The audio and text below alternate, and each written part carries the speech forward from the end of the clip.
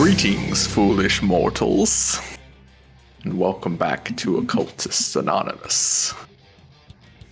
We are sponsored by Roll20, Onyx Path, and especially all our favorite happy haunts out there in Spookland. We are especially thankful to Adele, Al, Alexander, Alsrit, Bernie, Buck, Chandra, Chris, Doc, Emil, Funzu Suru Ali, George, Ali Yorsin, if you know what I mean, James, John, Josh, Camo, Cat Feathers, Klaus, Crazy Man, Long Live the Queen, Math Theorems Better Than Necro Theorems, Melissa, Michael, Milo, Miss Grumpy, Moku, Mozart D Minor, Noba, Other Guy, Paradox Means You're Doing Something Right, Perry, Oog, Porter, Puppeteer, Riafio, Ryan, Sean, Zara, Sorcerer Supreme with Sour Cream. Yeah, Aaron, you know Thomas, who that Vortex is. Falcon, and Zoltan and Athanalis. I also think God Save the Queen was here last week. It's Long Live the Queen. Oh, never mind. True. And on the wonderful set of our modern day, we're going to jump back in to talking about imperialism and colonialism. Well, we're in Europe, so.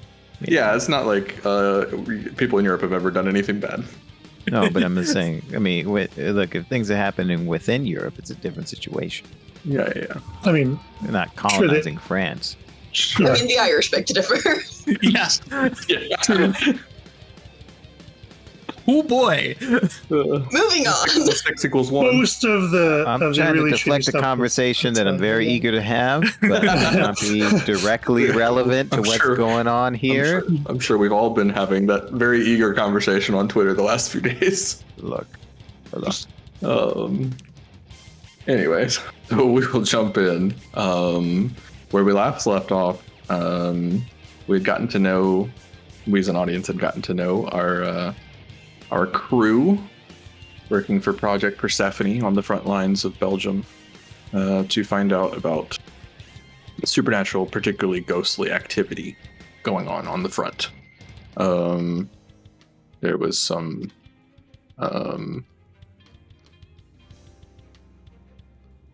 hints and some clues that something was happening, and then they faced down a sort of suicide bomber squad of ghosts piloting their own corpse stuffed full of chemical weapons. Mm-hmm. And from there, we'll be jumping ahead a few days. The fighting that's kicked off from that event did keep going, and we were back and forth from the actual front lines a couple times. And then on the morning that we'll start with, you all woke up to not a sort of not the typical pompous auto message that that your boss has been leaving, but a simple telegram from town that apparently some German planes got behind lines and dropped bombs on the planes. Dropped planes on the. Oh my God! Can I talk? Let's see. That dropped bombs onto the city itself last night, and that it would be a show of solidarity and of good faith to if the four of you and other members of the crew would go help with recovery efforts and checking in on people and stuff like that in the town. Okay. I mean, definitely Cody's thing. Yeah, just as soon as that is read, Yeah, I am packing up my stuff. Right.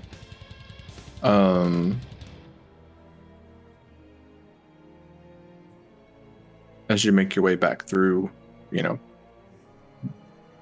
it takes a while. We've established to get from one place to another, having to wind through the tunnels and trenches and stuff. And as you make your way back up, there's a good number of civilians out and about. You know, there's teams still working on putting out some fires and stuff that are kind of slow burning in the rubble, and there's sort of a corner of the cathedral had gotten clipped, and while it hasn't been destroyed or anything, people are removing some of the rubble and checking out to see if it's structurally sound over there and stuff like that. And there's a good number of soldiers from various different uniforms and stuff like that are helping out with this as well. So it's kind of an open scene for y'all. Okay. If you want to invent a townsperson that you've like befriended or want to like go check on or something like that, that's cool too. I do have NPCs created. We talked about the baker lady last week. Baker we made last week. Mm-hmm. And the priest from the cathedral is has been a key feature of advocating on behalf of the civilians that have stayed with the various different armies and stuff. But if you've got something else to throw at me, it's cool too. Yeah, Cody is heading over to do some heavy lifting. Basically, I'm double checking my my stats here, because to make sure I'm looking at all the right stats here. Because call doesn't inherently cause breaking points, but a later level of it does. So trying to avoid that. Let me see here. Boneyard call. Okay, yeah. 3 dots with the like wings and stuff like that makes it obvious, but I'm not there just yet. So Cody is gonna go look to find places where it needs basically direct force to move some stuff. Because he can kind of tap on it that bleeds to give himself some gross extra musculature and heave-ho some stuff. But also because of grave goods, he also, carries a bunch of useful supplies. So, sure. You said over by the cathedral. Yeah, because I imagine that's the building that you're working. Right. Yeah. And as you're walking through the town, the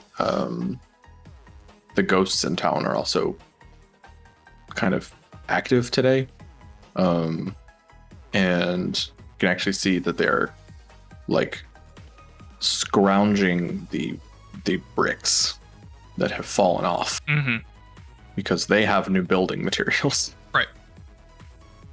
And like kind of hidden between buildings and stuff like that, they've almost out of habit, some of the like the rank 2 ghosts and stuff like that have like built themselves like lean-tos and shacks and stuff like that, so as to not just be like waiting outside of the house they died in or something like that. Right. Yeah. Especially if, actually, I guess that's true. Once their house is destroyed by a bombing, their house is there, because you have the ghost of the house for a while. Yeah. Yeah. I guess that is a key point. Object ghosts fade quickly. Right. Yeah. Unless it's like something like the cathedral. So, right. Actually, yeah. So I think Cody's plans change as he gets over there and notices how active ghosts are, and like he goes on a pretty intense like prowl to see if any ghosts are misbehaving. Because if any of them are being opportunistic, especially, the not great vibes after having a town bombed might make people susceptible to This is not the first time this has happened, right? right. But and So- that's I think why Cody is Yeah, like, yeah. okay, let me go check on some of my Right. regular malcontents, some Mhm. of my problem children. Right.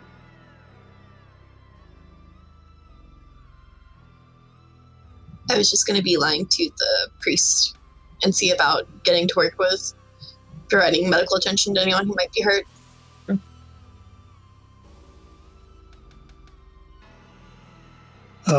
Dorothy's going to be checking with Anna Dijkstra, the baker lady. Make sure everything's okay there. Did we give her a name? I just did. Craig just did. Oh, Yeah. I see. Oh, I see. I already looked up a name. And Oh, okay. That's fine. you're good. Go with you're yours. good. No, okay.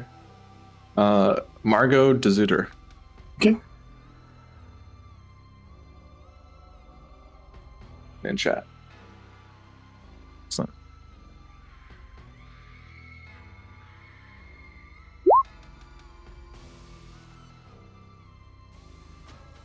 How about you, Ralph? What's Stefford up to? Yeah, I'm trying to think what he would do. A relief effort.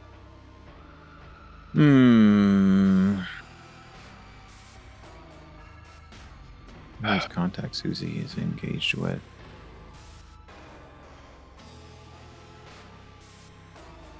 You know?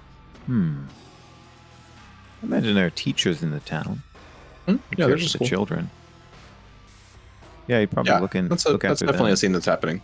Is like Okay, taking care of a couple children that are still. There's not many because like most Cool. people have left the city gotcha. at this Yeah, that point. makes Like the sense. armies have moved into a lot of the buildings and stuff like that. It's kind of been not quite like Ash said, the hurricane survivors that absolutely refuse to leave. It's not quite to that Yeah. point yet. Yeah. But yeah, there's definitely like a teacher and a few kids that they're watching that while parents are doing something else or not doing something else. Yeah.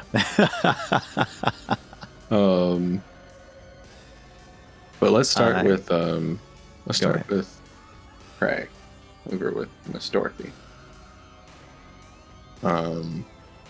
You make your way over to the bakery and it is standing, and Margot is out front passing out some baguettes and some other like breakfast rolls and stuff like that to some of the like soldiers that are working and some of the townsfolk that have been working all night and stuff like that. What time of year is it? Early October. Protective. Okay. It's chilly, but not. All right. So approaching the bakery, is it Mhm. looks mostly intact and everything? Yeah. Okay. Yep. So sort of make my way in. And, Margot, heard you guys got hit last night. Yeah, well, it's been happening more and more frequently, but well, these on bones aren't going anywhere. I hear you. The brass is going to do what the brass does, but is there anything you guys need that isn't being looked after? No, I mean y'all folks have been kind already. Everyone working on the church and everything. Unfortunately, we've got a few boys working on digging some graves over in the churchyard, but How many? 4. All right. Well, if there's nothing else pressing, maybe I'll go give them a hand then. Sure. Thanks a lot for those croissants the other day. Oh, yeah. No worries. It's what I'm here for. It's why I'm here, All right. Well, we're probably going to be in town for at least a day, so if something comes up, lay me down, let me know. Sure. Yeah, we can play some cards or something like that tonight. Sure, that'd be great. And then she'll head over to where they're doing some grave digging.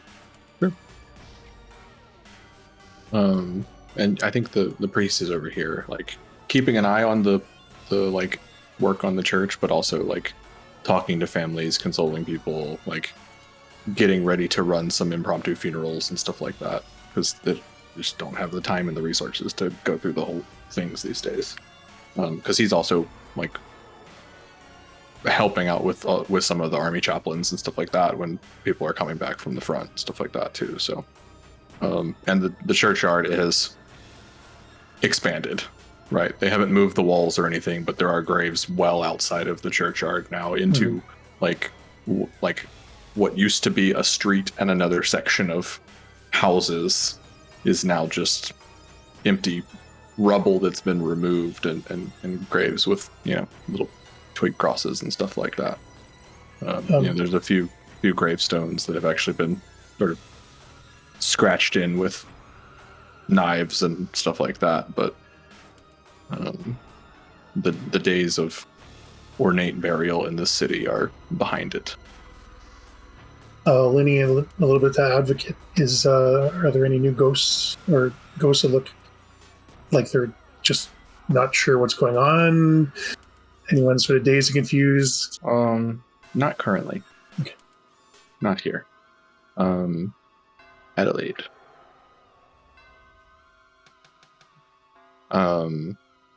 You get directed over towards a sort of makeshift hospital tent.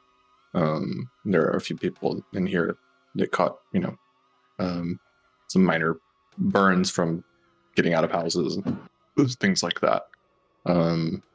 In here, there is another nurse, and you and her, I'm not going to make you roll to do medicine like this, but you work on a couple people, like a broken arm, and treat a couple burns. And as you're kind of finishing up, headed towards the last patient, you just hear this nurse you're working with just kind of muttering over this last patient, that poor girl. I'm just gonna sort of walk up beside her and be like, what happened?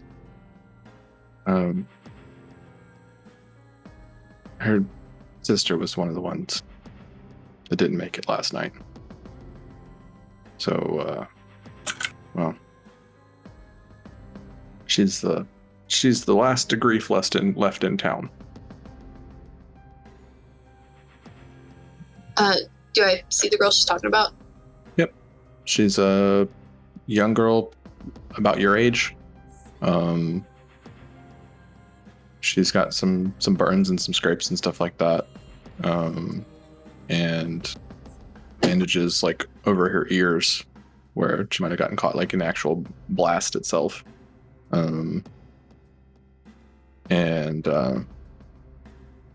Like kind of mid-length curly, like chestnut brown hair. And she's currently sedated and stuff like that. Okay, so I can't talk to her. Mm-mm.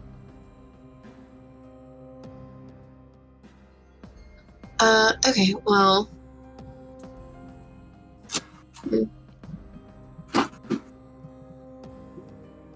I know, I guess I just want to check and make sure that she is as okay as she can be. I don't have any, like, abilities that would help with this, I don't think.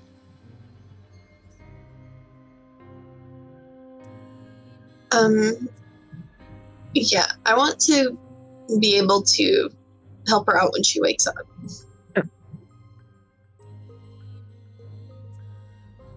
But yeah, as you're like getting a closer look at her, you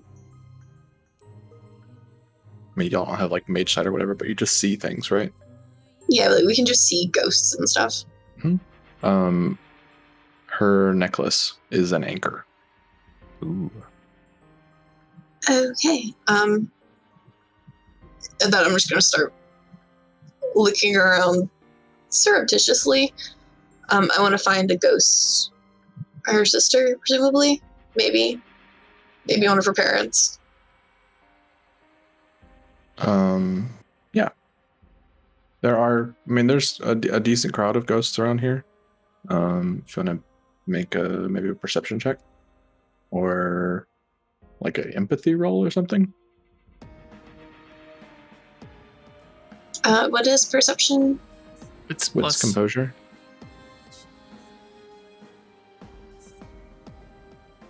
Okay, So, I'll yeah. do that. Okay.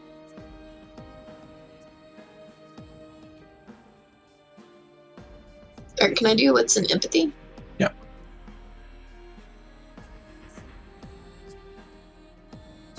More like reading the ghost body language and see if anyone's are like particularly close to her or something like that. 3 successes. Yeah, there is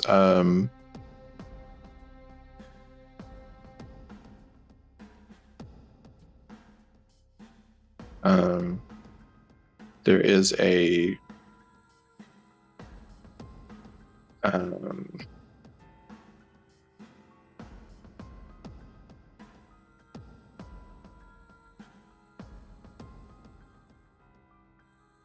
of the full-on like acting ghosts, both the rank 1s and the rank 2s around the 10, there is no one that is seemingly related or caring particular about her.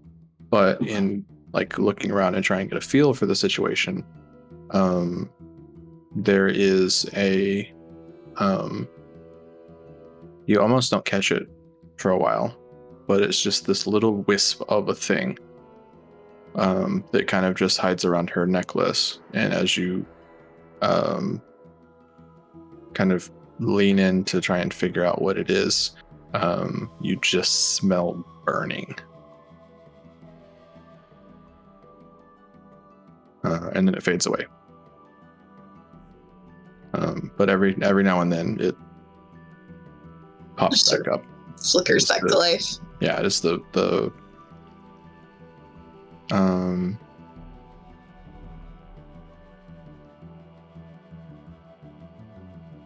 yeah, it is the raw hot fire, like a fire out of control, not like something like in a hearth, cozy and welcoming.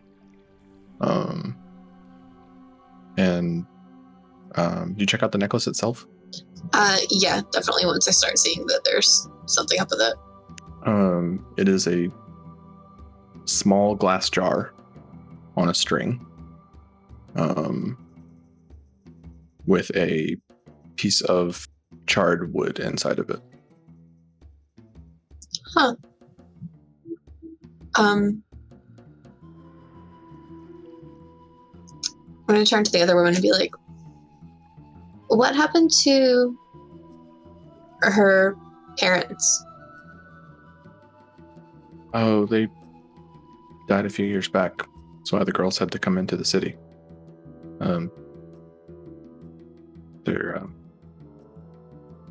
She kind of gestures back, like towards the front. It's like their land was out that way.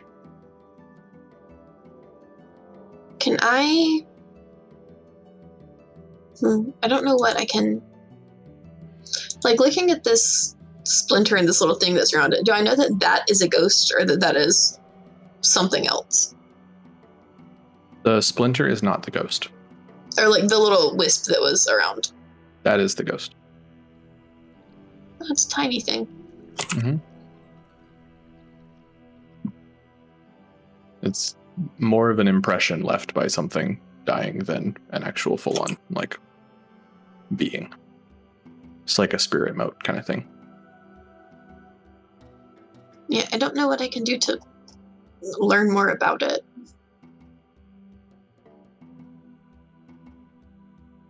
I don't think that it hanging around on this girl is a good thing. Okay. Can I attempt to communicate with it? Not really. No, It yeah. doesn't have any sort of sentience at all.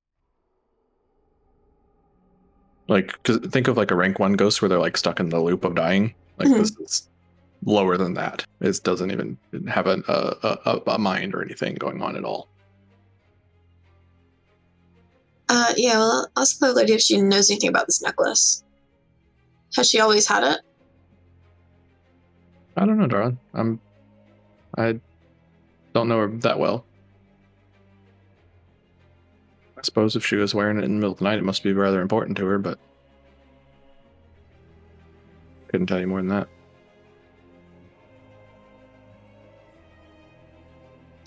Yeah, I don't know what I can do here.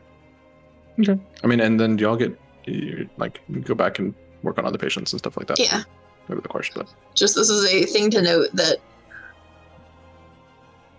yeah, something weird is up, and I would something like that to. sticks out in your mind. Yeah. Is more of what it's meant to be, scene wise.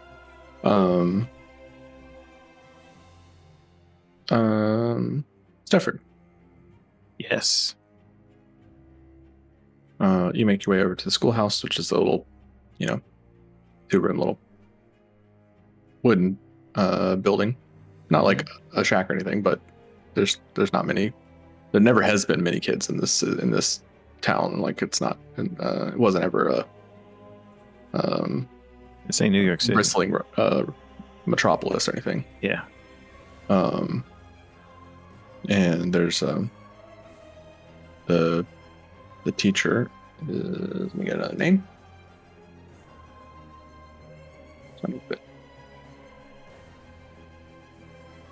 Close my tab.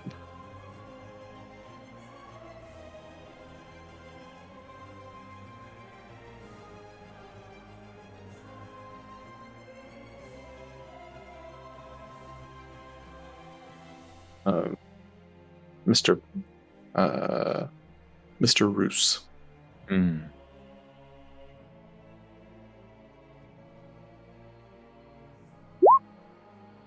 And you hear the shouting of some of the kids and playful shouting, like trying to get him to play some game or another. And he's kind of looking out, watching how things are going, and keeping an eye out to see if any more trouble was going to happen and stuff like that.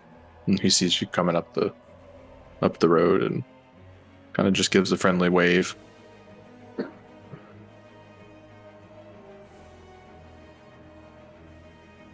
Stafford approaches with his hands in his pockets. And you have that moment of where you catch where he's like, he had just been waving, and now he sees you're actively coming towards him. Yeah. And he's like, okay. Well, good morning, sir. And he approaches, hands in his pockets and says, morning, Mr. Roos. How are you in this inauspicious day? Oh, we're holding up fine in here. Keeping the kids busy so we can, get everything taken care of today. Quite an important thing to do in these circumstances. Yeah. Maybe they'll learn something rather than just and you a kid comes screaming out the door, holding a stick as a fake gun, Well, I've always understood that one of the most important ways to learn is through self-expression. Sure. Seems it plays. Have y'all met before? I'd like to think so. Okay. Probably incidentally. Sure. Coming through. But this might be one of the first real conversations. Yes, exactly. Sure. Yeah. Okay. Just trying to gauge the vibe of. Makes sense. Yeah. I think there's we know who we know of each other. Probably hadn't have met. Right. There's been an acquaintance, but not a long or developed conversation. Without making light of it, you are someone that sticks out in town. Yes, absolutely. And one of the things to do when you're in a foreign land, especially when you stick out, is to make sure you have some contexts, right? Some contacts that think of you well, if not well, at least not negatively. So, yeah. So he talks with you a little bit and make sure that checks in on the rest of your unit and stuff like that, and hopefully y'all haven't had any losses on the front or anything, but it happens. It's the way of war. Unfortunately. Yes. Another unfortunate thing, of course, is that in wartime, One of the most severe casualties is the innocence of children.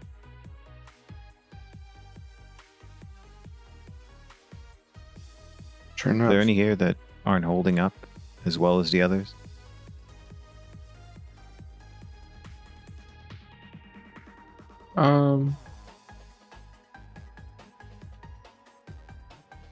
Yeah, I think there's, for purposes of the scene, there's like a kid being kind of quiet off in the corner who, like, maybe not in this bombing, but in the previous one, like lost a parent and is having trouble kind of dealing with that. Makes sense. Sort of reminder. And noticing that, he says, with your permission, might I speak with that child? Sure. Maybe an outside perspective on it might help. I'd like to hope so. I don't really want to roleplay as a sad child. That's fine. Thank you. But I can tell you what my goal is, and then if you Yeah. want to mechanically abstract it, that's totally okay with me. So Stefford's goal is to one, console a child, Mhm. right, and therefore demonstrate to Mr. Roos that he can be an asset in that specific context. Sure. And two, acquire some potentially useful information because kids are less jaded than adults, and the whole story is about kids seeing ghosts when they're young. I, out of character, would like to lean into that a little bit in Geist and assume that perhaps kids are more willing to indulge that possibility, right? And I'm totally okay with you, Chris, however you want to rule Yeah, it, right? I'm cool with that.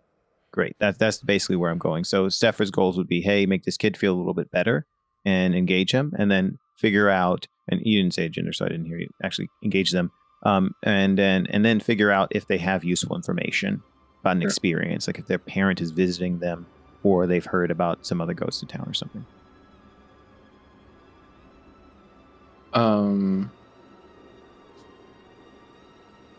I figure consoling might be wits empathy. He's particularly good at that. But Yeah, I'm not going to to make you roll for that. Okay, fair enough. Cool. As far as information, yeah, this guy's been, he's 8 or 9 or something like that, and he talks about seeing people, ghosts, leaving the churchyard and heading off towards the war is probably how he phrases it. Okay. Which sticks out in your head because there's an Avernian gate there. It's an old one. It's a stable one. So why, like, ghosts in the churchyard, if they're moving on somewhere, why they're not going through there would be something to investigate. Okay. Quite useful. And to sort of piggyback off that, I think the scene of Dorothy and Cody kind of being over there together picks up, and I think you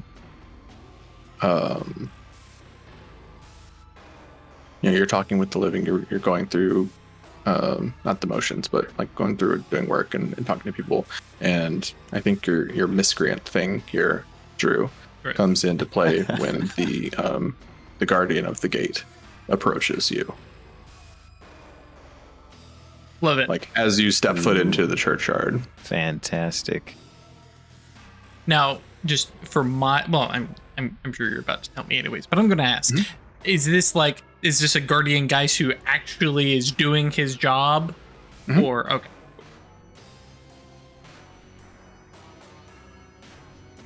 Yep, tries to keep those in his charge under control, and send some along when they're ready and stuff like that. I just also realized this is going to be an old as fuck ghost. Yeah. Because Eerie is how old? I was looking up earlier. Yeah. That is a good question. Is an ancient town known to have been raided by Romans in the 1st century BC. Yeah. Like he is like an ancient, like Gaul warrior. Cool. Yeah. First mentioned by name in 1066. All right. Yeah. A lot of things were first mentioned by name in 1066. Yep. That's, Turns out. Yeah. Okay. But and Cody being who he is and being in his head a soldier first, has got a gun, Right. is Right. not walking around unarmed, and looks over and like does a quick like look left, look right, look who's like paying attention, and most people I'm sure doing their own Right. business, so actually Mhm. shakes this guy's hand. Right. And does a very kind of military like actually, yeah, I guess Cody straight up says, "Report, soldier." And he's, for all he's pleasant and chatty with people, like with ghosts, it's a very professional, necessary Sure. kind of thing. This thing kind of snarls a little bit. Sure.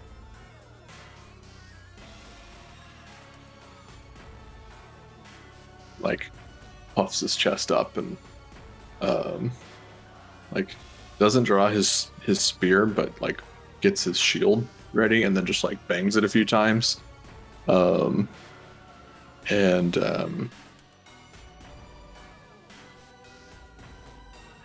not under your command, need I remind you again. However, since your purposes are currently in line with mine, and I have no reason to want to fight with that thing inside you,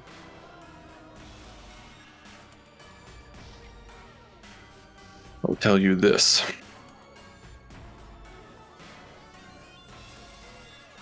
Something has gone wrong. My gate does not open.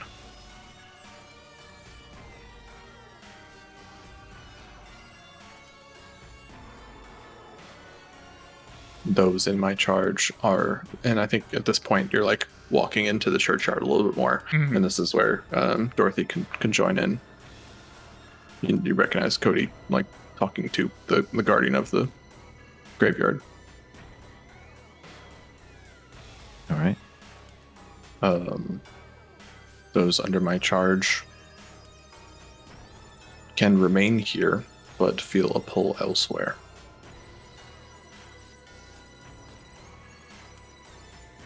The pull through the gate, you mean? Yes. The sensation, the feeling of needing to move on, that should be directed, and he points to this like, it's like this stacked stone arch, right? With like a really like old school like brass gate that's not ornate in any way. Just bars and a few vertical bars and one sort of melted on across them at a diagonal. And yeah, you if you look at this thing,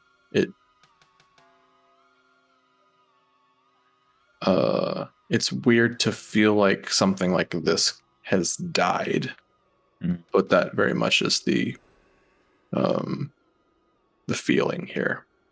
If you want to investigate further, you're welcome to.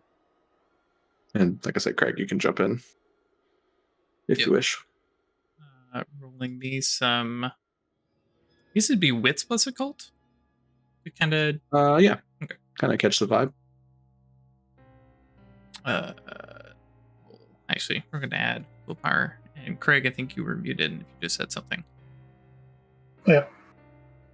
So if Dorothy sees Cody talking to the Guardian guys, she'll let them have their time and just keep working. There's ghosts in the unit with us, right? Yes. In Project Are any of Persephone. them? Yeah. Are there any of them nearby? I think most of them tend to stay closer into the barracks and stuff, where you've like brought anchors with you and stuff. Right. Okay. Fair enough. Technically, they could all crowd around Stafford. Sure. Oh, is he just a portable anchor? At rank 3, or Synergy Yep. 3. You Yeah. exude anchor energy. Mm-hmm. Yeah, exactly. His manifestation, or not manifestation, his Liminal aura. liminal aura. Thank you. Exactly. Functions as an anchor. So yeah, he's trying to be empathetic to them ghosts to counteract Jagged Shards being an asshole to everyone. If we're Fair. nice, everything's okay. No, just rend them to shreds. It's easier that way. Yeah, so 2 successes to kind of scope out the gate. Yeah, you approach it and you can kind of like put a hand out on the because y'all can force open Avernian gates if you want to. Kick them open. I think you can use keys too, right? So I don't know if you go so far as to try and do that, but in looking at it, it's almost like you can tell there's like a cave-in behind it. Oh, Like it is disconnected on the underworld side somehow. Yeah, I don't think it's an actual cave-in. I think but that's how it comes across to you. That's how you understand it. It's like there's a blockage or a collapse or something like that in how this works.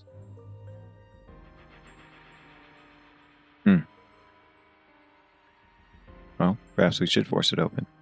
I guess I can engage in character. wait, hang Assuming on. that we're when all did there. Are Stefford we all show together? up? Yeah, exactly. Yeah. No, I think maybe you were just saying that hypothetically about the anchor condition. Right, yeah, I was just talking about the Yep, crew. fair enough. Cool. It's so good. Yeah. That's yeah. why I revised what I was saying. For Cody, it's effectively getting hold of the gate, and you had a feeling it's like, okay, no, this should open, and then feeling something behind. That's unusual. Ghost, has this happened before? Where the gates refuse to open? Never.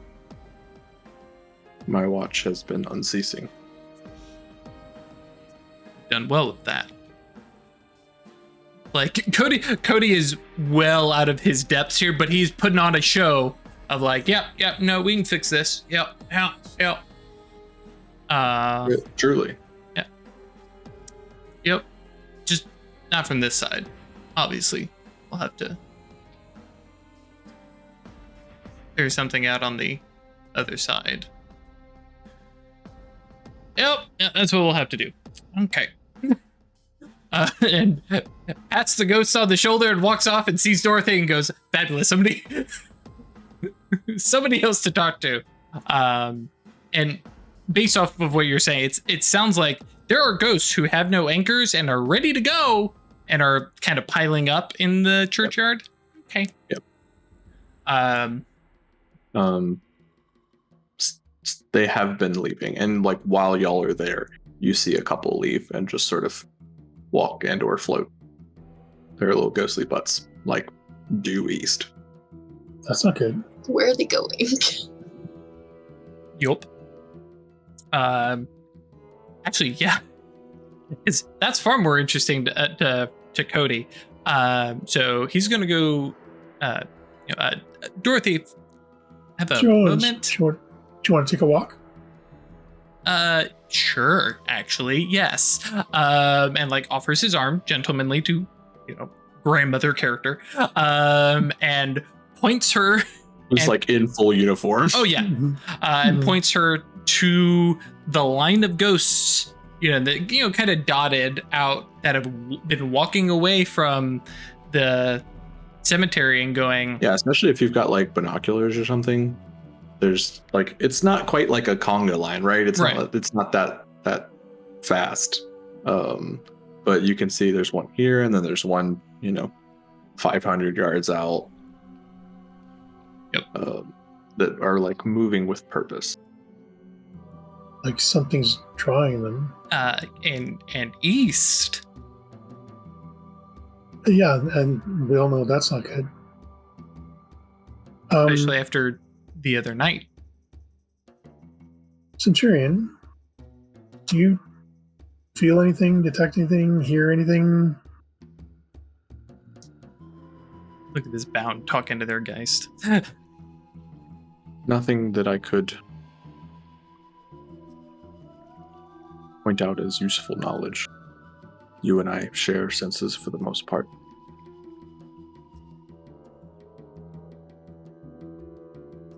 Well, shall we see where they go? I was going to reconnoiter out a little ways to see if what I can see, probably out to the edge of town in a little ways. You were working on things, and I don't know if we can gather up our comrades when they're ready, and I'll meet you on the east end of town. And like pulls out a set of binoculars and see what I can see. Okay, I can go and get them if you want. I wouldn't mind coming with you to see what's going on here, though. Yeah. Because Cody wants to make sure that like a message is left for the rest of the group, and so yeah. In character, we can handle that with him literally yelling at some other soldier or something like that. Okay. Right. Yeah. Well, in that case, you'd like to go on a stroll with me. And we'll meet you on the edge of town, all four of us? Is that what you meant? Yeah. Okay, sure. Yeah. So, I'll arrange it. Yeah, I'll talk to one of your others and get messages to Stafford and to Adelaide. Right. And yeah, basically, because Cody isn't ready to just like, oh, we need to run off and go handle this. They're obviously doing stuff, especially in the case of Stafford and Adelaide, taking care of living people who actually matter. And Cody's like, these guys are up to trouble. Let me figure out what they're doing. So yeah, Cody basically heads to the east end of Ypres, out a little ways, and yeah, is just kind of spying out with binoculars until everybody else shows up at that point.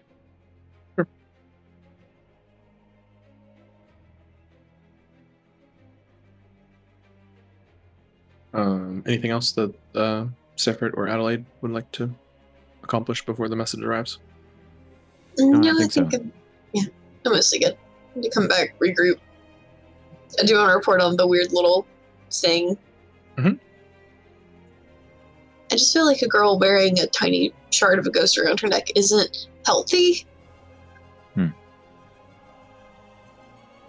But for now, where are they going?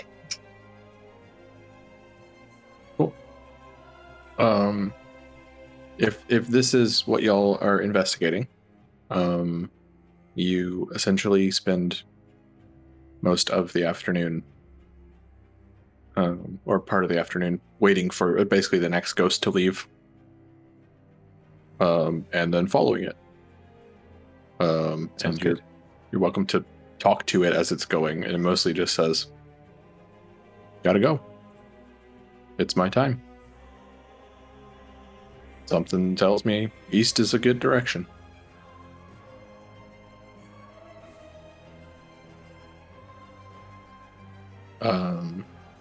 And you, like I said, it's been most of the afternoon at that point, making your way, like it's just like walking across the tops of the trenches and stuff.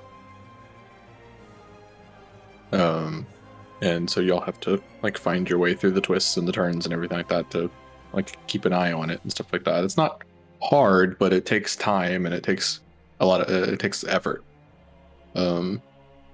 And I think as the sun is like starting to set, you make it up to the very like front lines. And there's no current fighting going on right now, but there was some like all last night and stuff like that. And there's occasionally some mortars going off and stuff like that, but there's no pushes happening.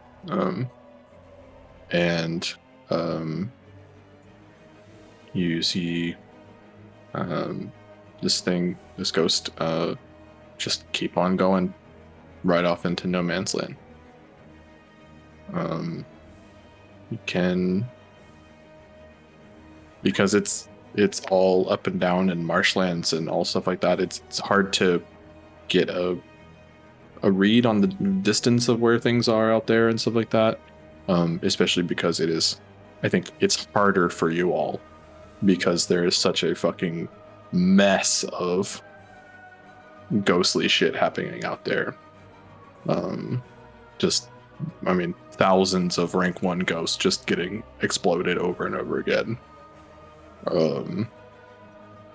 Then eventually, they start disappearing and stuff like that. But as you're watching this one in particular, you see him like meeting up with other ghosts that are more cognizant, and just like standing together In No Man's Land? uh-huh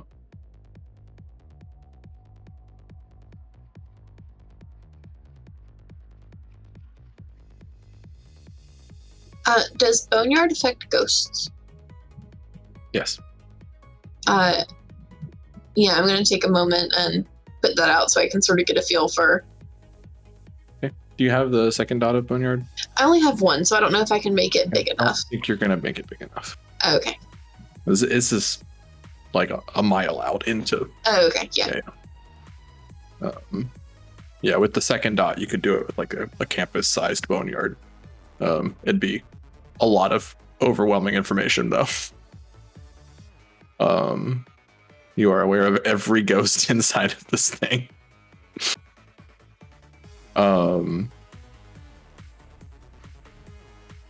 I think if y'all stay there and like most kind of keep watch to try and figure out what's going on, you notice that about every 6 hours, another one makes it like to this spot. They And once just they're there, they're just standing. Mm-hmm. There's almost like there's this weird like optical illusion, like from Chris to y'all out of character. It looks like in a video game when there's no collision between like an MMO and there's like 40 orcs of the same Stacking build on top of stacking on top of each themselves. other. Yeah, they're Yeah. all superimposed Yep. nearly. And so there's just variations in human-sized ghosts all just like standing on the exact same spot. Is there any way we can get there? Cody will chime in and go, you ready to get muddy? Because we can belly crawl our way out there. Which, admittedly, Cody is probably thinking about doing. Yeah, I think we need to get a closer look. We need to get there. Because, yeah, we can't move through Twilight, right? Unless you get a ceremony or thing that does it. Nope. You can't just hop in. It's not call, right? It's Shroud would be the likely Shroud. one to do it. that's the one. Yeah, I think it's the first dot, right? That's the one that allows you to step in the twilight, gives you the shroud condition, and you do it for a certain length of Mhm. time. Yep. Yeah. But can't take anybody with you until like third dot or something like that. Yeah. Geez, fourth dot. I mean, well, this is where Jagged Shards will be telling Stefford that he could just. This is going to sound stupid, but just punch his way through the ground until he gets underneath. Destroy everything in your way. Yeah, good luck with that. yeah. Yeah, I know, right? But Jagged Shards is like he has all, or they have all the time in the world, right? It has all the time in the world. Why not do it, right? It's like, I'm a person. I can't just like spend 24 hours punching through mud. What are you talking about? It's like, why not? That's what you do. Well, it's Adelaide's like taking off her nice white apron. I'm just gonna fold it out to the side, and you're like, I guess, yeah.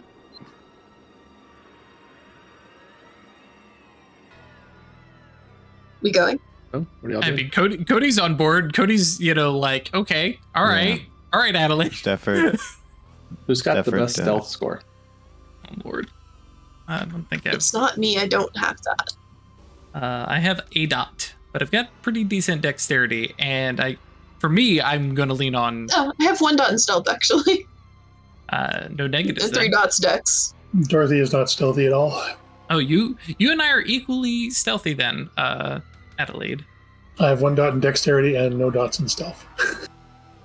Grandma stays behind. Noted. I mean, Right. We can cover Should do for. Mhm. yeah, you can cover 4. Yep. You got 3 people with 1 dot. Should we both all roll? You can do a Got 1 dot and 3 decks. group action. Not bad. Do a That sounds group good. action here. Mhm. Whoever eventually does the actual roll will have a -1 penalty for covering for Granny Dorothy. Got it. Okay, so we don't decide who's gonna like actually roll. We all have the same stats, right? 1 dot stealth, 3 dex. And this is actually where I was going to ask Chris, because technically the call lets me use the Geist attribute for one of mine for an action. Would you be cool with it being Cool with this? Okay, cool. You gotta roll to So activate. It's two layers of potential failure for this, so sure. cool. All right, so let me roll synergy. Oops, hang on. I spent 2 willpower? No, just 1. Okay. I will spend 1 now for all plus energy. Okay, there it goes. Do you want us to roll to see how many more Yeah, go ahead. you used to roll? Okay, I'm gonna roll my dex stealth. +1. Counteraction -1 for. Counteracts the penalty. There Dorothy. you go. Appreciate it.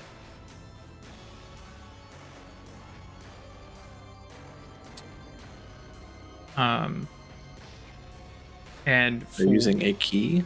yeah. Okay, actually, yeah. My key's at.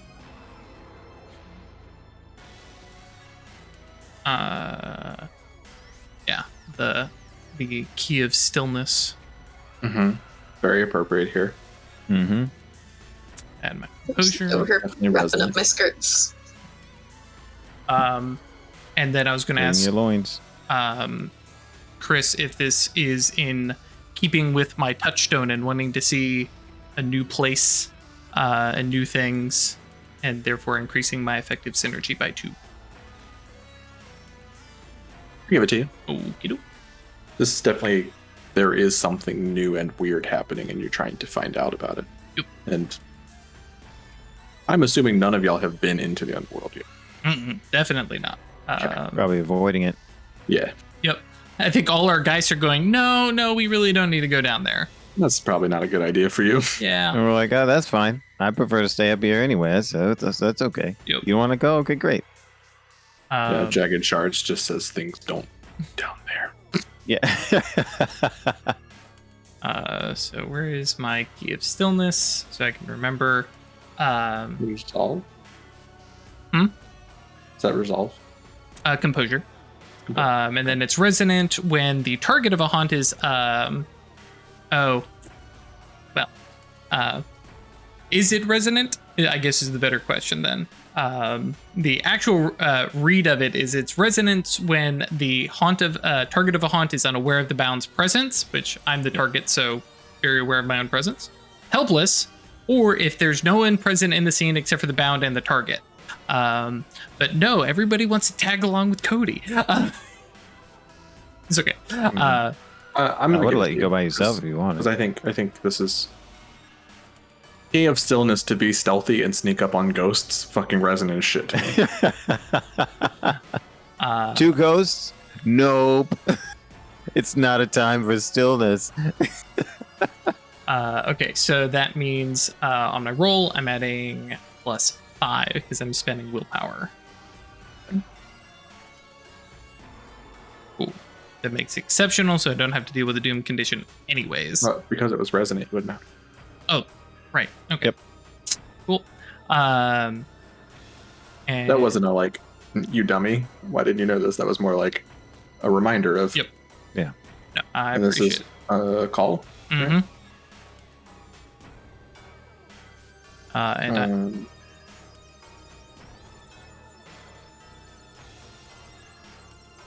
so because I don't need to add any additional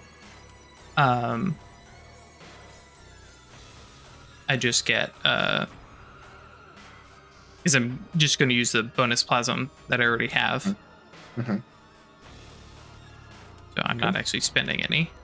Which is 3, 4. 3 because of composure. Right. Sorry, I do not have enough monitors, remember? Yep. Nope. I'm very. Yeah. No, 2 monitors not enough. So this will let you spend a charge to do a couple different use one of things. your Geist attributes, ignore penalties for a turn, or gain exceptional success on 3 successes instead of 5. When your viscous body would aid you. Yes. Example, grappling, squeezing. Yeah, so what is this?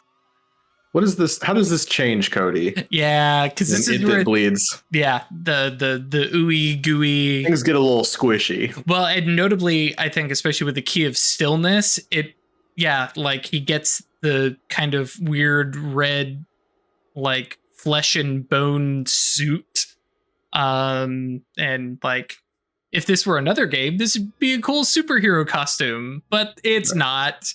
And Cody feels it, especially because it's not real like half congealed blood kind of thing going on, right? And it's not just a like, oh, the call goes over you. No, this is now Cody, right? It's they get to share the weird, cool overlapping body. Yeah, become this horror creature.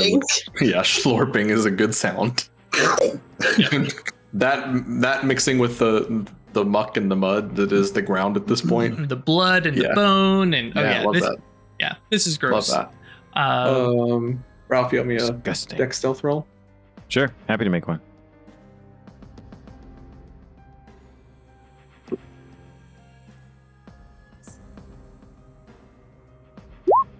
No. Jerry, you can roll flat, whatever that is right now. No, I'm checking all of this extra stuff. Okay, there we go. So dex plus stealth, but I'm technically spending 1 charge to use finesse from It That Bleeds, which is 6. That's another 3. And then I will spend another willpower on that. So plus 6. Dex plus stealth plus 6. Exceptional. Don't have to spend a charge to make it exceptional. You help everybody stay low and slurpy. Yep. This is unpleasant. You just like follow me, and you sort of just like slurp your way, leaving like a fucking path through the mud, and then everyone is expected to like crawl behind you. Well, crawl behind, but also I imagine he's also using his body to like make sections of cover. It's like, oh, hang on, guys. Here's just this sheet of red that's just hiding, and just crawl behind it. It's fine. When snakes like wiggle in the sand and like sort of half bury themselves, it's like that. Yep. And I think there are whispered, I'm sorry. Sorry, you have to touch me right now. Sorry. Yeah. So fortunately, we have the biological. Yeah. Tolerance for biology. Tolerance for biology. Literally give everyone a merit. To be like, yeah, you're not grossed out by shit because this is your daily life now. This is normal. Still not super okay with it, but as she's crawling through this abattoir, basically, Dorothy is just like, I used to run a garden society. We talked about plants. Just lamenting the state of her life as she's slurping her way through the debris. I guess it's better than hacking off gangrenous limbs. Yes, for me it is. Yeah. So yeah, the key part of this stealth was like getting out there, like up over the trenches, and then out there, like getting to the scene. Essentially, I'm gonna let you like talk to ghosts and that once you get there, but especially like as the sun is setting with the like backdrop silhouette against the sun, you become an easy target to hit. Yeah. Because Cody's real issue is not getting shot. The ghosts. Yeah, that was my big concern. Of like, well, because you know that if you get seen, people are going to start firing, and then people are going to start firing on the other side, and it's gonna become a whole nother like battle segment, right? Yep. So, appreciate that I looked over and Perry had just said nobody liked that, and I don't know at what point in the last 10 to 15 minutes was that. Yeah, so you make your way out, and in like just a depression left by an explosion, a little small crater is where these ghosts are all standing. And yeah, like to the point of like all being on like millimeter precise spot. Wow. Why or how? Is there something there? There's nothing else to be seen, real or ghostly, currently. I think, especially considering it that bleeds is here, and there's that whole red passion thing going on in Cody's head. Leaning into the other side of Call, which is the intimidating, scary part, right? And just warping over and just a growling, not pleasant voice of, "Why are you not all in the graveyard where you belong?" And there's this like cascade of like them shrinking back away from you. And it ends up looking really weird because their feet don't move. So they lean all the way back into like a chair position, and then like almost like a matrix dodge, but their feet are pinned to that spot. And so their feet are anchored. Lowercase a. Yeah, anchored? lowercase a. Yeah. And as they lean back, like sort of away from that spot, everyone can give me a perception check. Okay, cool. Wits composure. You got it. Needs to be a button to uncheck everything. Yeah. Well, 1, 2, 3, and 4 successes. Great job, everybody. You see, like, you know, when people's feet meet and there's like a little bit of gap between the heels showing, right? If you like look down directly on someone's feet where they're touching, right? Because that's how these, like, they were standing like almost at attention.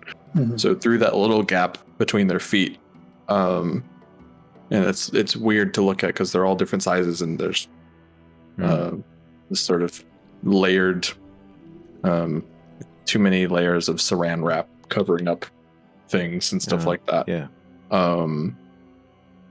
You see an Avernian gate. Whoa. Like a teeny tiny one? Buried? But like the size of a quarter. Peculiar. Are they being pulled through it? Nope. I don't think they could fit. Like, because there's a specific ceremony about actually allowing things to go through Avernian gates that don't fit. So normally size does matter. Stafford says, I was worried. To use a perhaps ill-fitting metaphor, what I suspect when I heard about these ghosts coming from the graveyard here, I thought that perhaps they were beckoned by a siren call that was even more alluring. And if they're not able to fit through this gate, perhaps they're brought here so that someone can claim them later. Does it look natural or artificial? Is there something weird about it? It just looks like a regular Avernian gate, just really teeny tiny. Cracking up, Chris. Yeah, I was cracking up into a chat.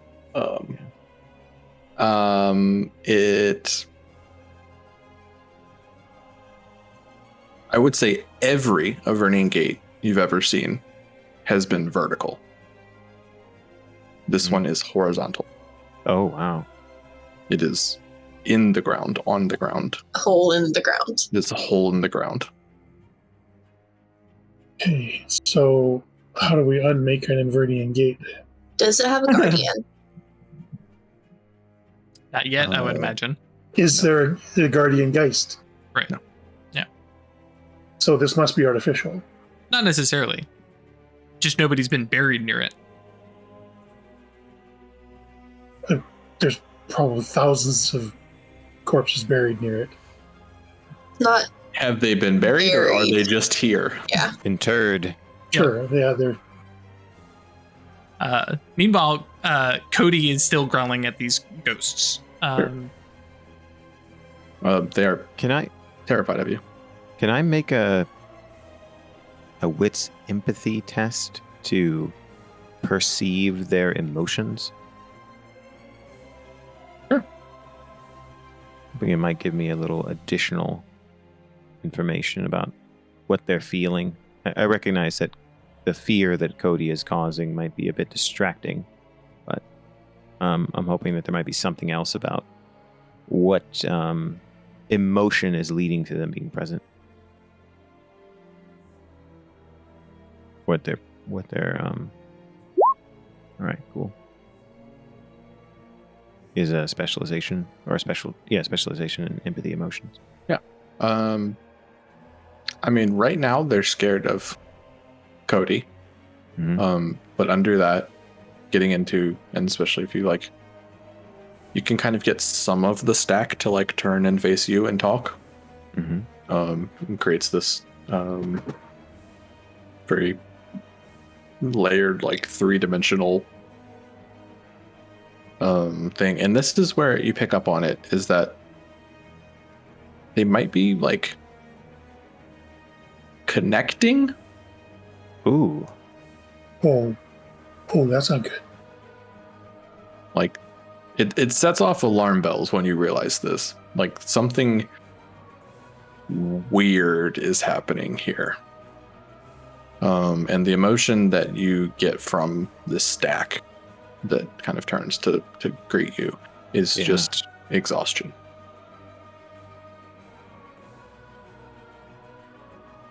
Exhaustion, huh? More like ennui, right? They're okay. tired of the war. They are tired of the death. They're tired of their unlife, and they're ready to move on. So something has blocked the real gate. And now we've got this, whatever it is. I don't know what's going to be the quicker solution, like getting some ghost explosives and clearing the cave in, and then the power of that gate might overwhelm this tiny little thing, or destroying this one and then figuring out the cave in later. I think this one is, or has done something to them that unblocking the other gate alone might not fix. That's kind of what I was thinking too. So how do we destroy this one? Any ideas? This is kind of beyond my... Hey, Chris. Yeah, Is this Avernian gate open, but people can't get through? Is there a particular rule or something about that? No, it's just, because if it's open but it's too small, you can't just go through it. They bring that up for driving vehicles through them and stuff like that. But Cody can squeeze through tiny places. Oh. When you are slime. It is open. Oh. Is that something you want to do? No. Oh, no? Yes. Chris, to quote you. Yeah. I mean, come on now. Because notably, How are you gonna find out if you don't fuck around? as long as it's still open, I can come right back through. But yeah, Cody is he's hearing all this conversation. I think, Stefford making some comment about them merging together or something like that. And Cody is just staring at this little space that he can see and going, I think I can fit in that. This is such a bad idea. But I have this touchstone that says I want to go to places. And even Find out what's on the other side. If I can grab hold a little tighter of Cody for a second. I think you end up leaning down to look at it, and it is this ghastly ectoplasmic sort of it functions more like a portal than just a tunnel opening for me. I feel I don't feel like you can I like the idea of when an Avernian gate is open, you can't just look through it and see what's on the other side. Okay. That said, that bit is like at the bottom of this cylinder that is this hole that's about 2 to 3 feet deep. And lining the hole are teeth. Yeah, Cody's not going down there. Of various different sizes and shapes and species and unmoving, but unsettling to say the least. Yeah, and just to make sure I have the right visual before I come up with some wacky dumbass Acme Incorporated plan here. The teeth and tunnel is before the Avernian gate beneath it. Okay. Mm-hmm.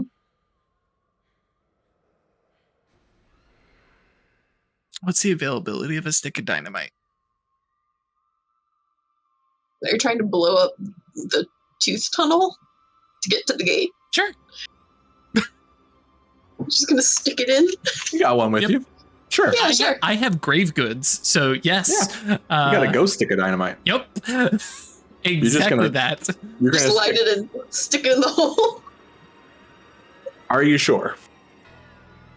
Yeah. Okay. Yeah. Because this is a ghost good. Yep. So it exists in Twilight. Correct. And its explosion will also happen in ghosts. So the ghosts are going to get hit. Yeah. Yes. Now, the thing I'm going to bring up, this is very obvious of what Cody is about to do to everybody else, because this is what Cody is doing, because, as I mentioned in chat, Cody isn't quite into that whole dead people matter thing yet. Sure. Cody just sees a problem and is going to blow it up. Kill them again, they'll reform, but it's bad. Yeah. Hey, just a moment. Let's see if we can. Yes, Dorothy? Do you have a better plan? Also, real quick for chat, I'm not worried about the Germans. This is an explosion in Twilight. Yeah. Please continue, Craig. I think they were saying about what the Germans are doing, maybe? Sure. Stafford. Yes. You're basically like a portable anchor. Can you lean that into that a little bit to try and herd these guys away a little bit or something? Well, that's kind of what I was implying when I mentioned about what was attracting them here. Yeah, I just don't want to see them shredded by Twilight dynamite. I agree. I think that there might be a way for perhaps me to provide at least a temporarily more alluring summonings to them than this maw that they're perched above. They seem stuck, though. Like they tried to run away from Cody and couldn't. Well, I'm just trying to unstuck them, that's all. Yeah. So, let's see. I'm all for this. This is great. I know. But this is 100% just Cody possibly getting some character development or getting to blow up a bunch of ghosts. So either way, I win. Let me see something.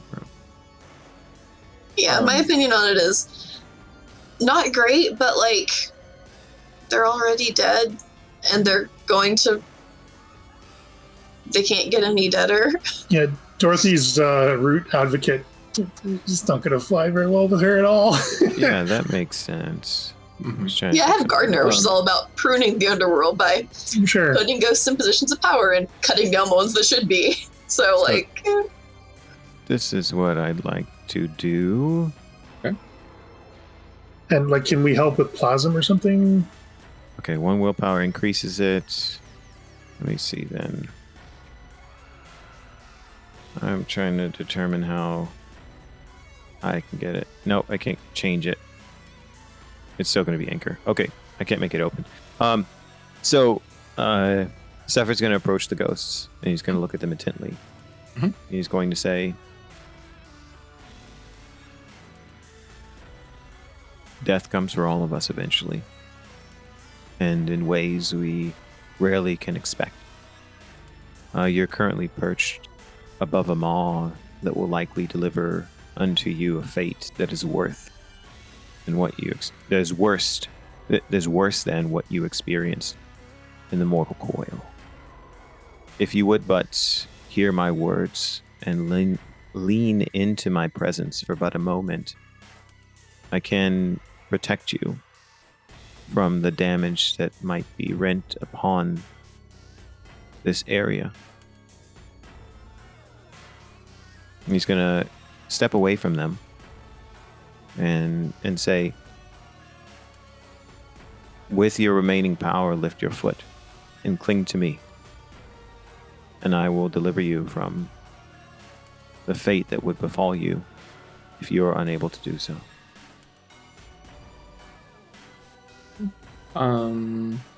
Keep in mind, I don't know what's going on, so. Yeah, that's fine. This is a perfectly valid thing to try. All right, great, sweet. Thanks. I think, and I'm not going to make you roll for it. I'm just going to tell you what happens, but Okay, cool. Works for me. This is the first instance where they don't all seem to be perfectly in sync.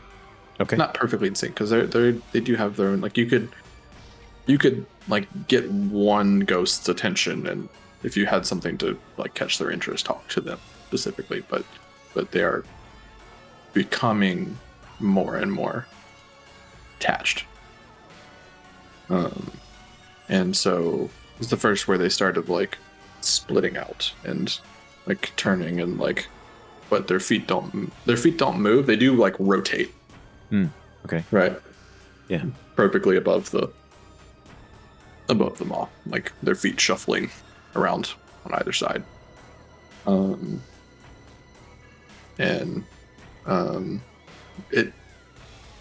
It ends up being a lot to try and understand what's being said, because it's being yelled at you in different languages. Not yelled at, but it's being said in different languages from different time periods, in different voices and sizes and statures and stuff. But in general, it is this very just sort of, we appreciate the offer. We're not interested in being here anymore. Even something bad happening would be interesting. And now Drew kind of feels bad.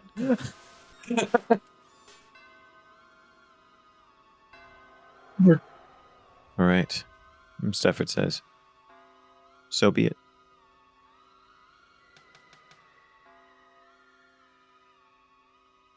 Even in death, you deserve a chance to choose how to live.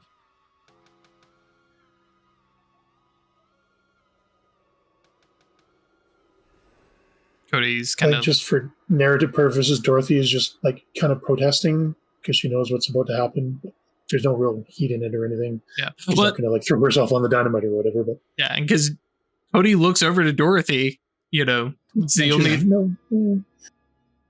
Yeah, And they then were she'll turn away. given Protest, the chance but it's not to move, convincing, but right? Yeah. Yep. Cool. So light a stick of Twilight Dynamite, drop that in the hole, and then pull himself back. Duck and Yeah, cover. you all have to shelter because it'll. yeah. It's a good thing there are foxholes and trenches around. Yeah.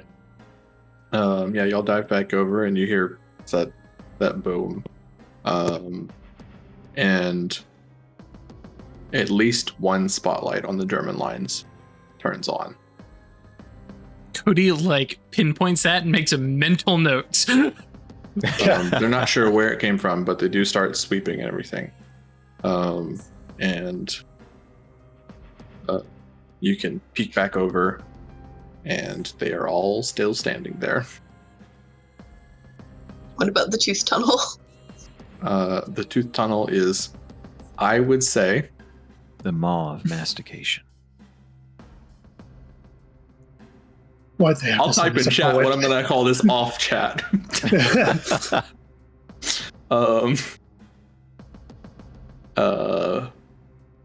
You can see, even from a distance, that their legs are stood slightly further apart.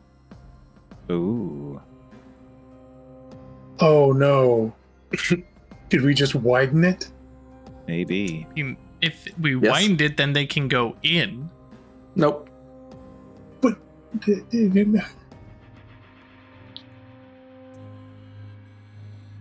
Cody kind of leans over and goes, I wonder if I have more dynamite. Doesn't No, 'cause actually it's- do it because it's like, okay, hang on. About that time, the spotlight sort of sweeps across, and you have to, like, duck down. Yeah, and the four of us can make really convincing corpses, so. Yeah. Fair.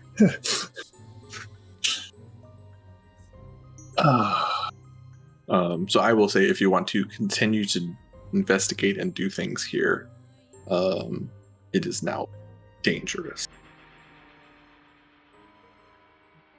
Cody, especially after literally throwing a bomb at the problem and going, because the ghosts are still there, Yep. which is impressive. And then the the opening hasn't like massively widened open or anything like that. No. So it's just like It went from like the size of a quarter to like a 2-inch hole. Is there's ways for us to open gates, right? Mhm. Is there ways for us to close them? technically they close automatically after like 24 hours or something like that. Right, but assuming one was left in a condition that could not close on its own, could we force it closed? Or block it, or bar it, or seal it somehow?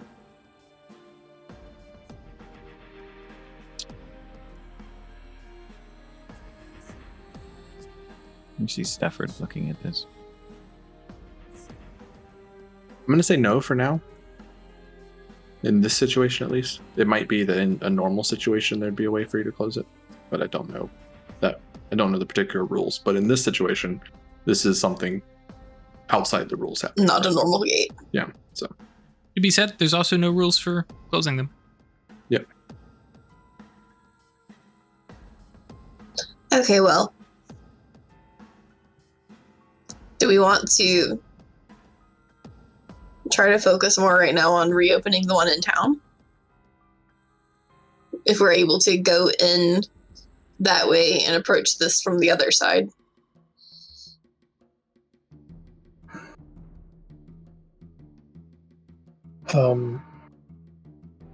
We could try either talking to Mr. Big Britches, Night see if he Commander. has any guidance for us, or consult the Oracle.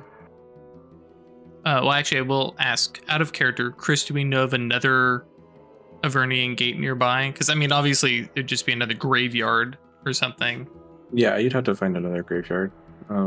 There's probably one in like a smaller town, but having not explored it and not knowing if they're connected close in the underworld, it's a kind of a crapshoot of an idea. Right, because that could be a month-long journey to find the other one. Right. Not that we know that, but Stafford So- says. Sorry, go ahead, Ash. No, I was just going through a list of what we know. The gate is blocked in town. We have a small, little, horrible pit. The Germans are experimenting with ghosts.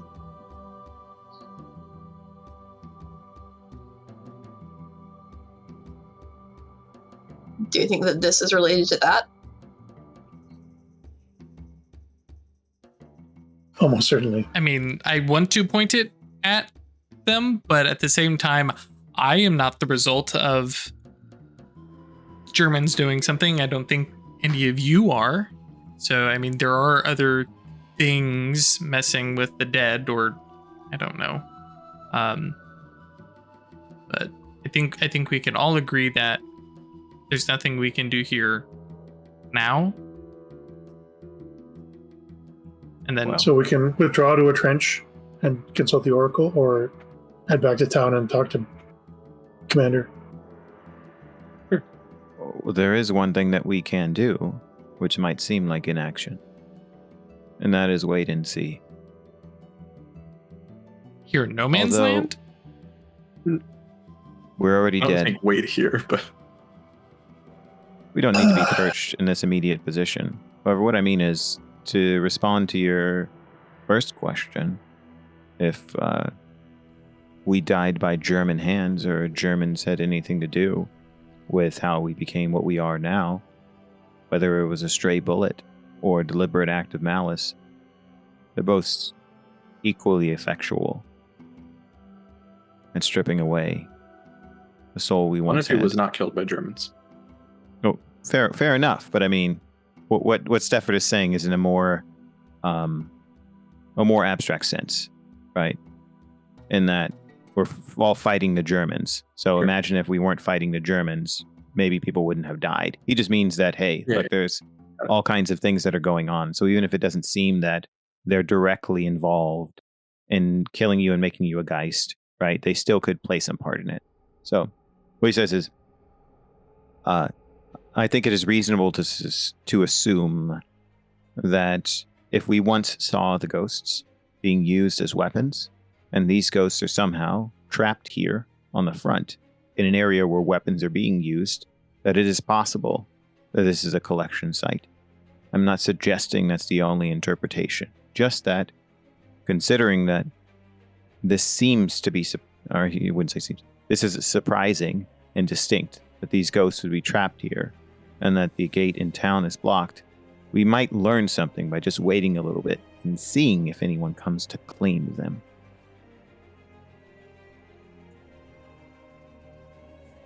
But out of character, I'm cool with whatever people want.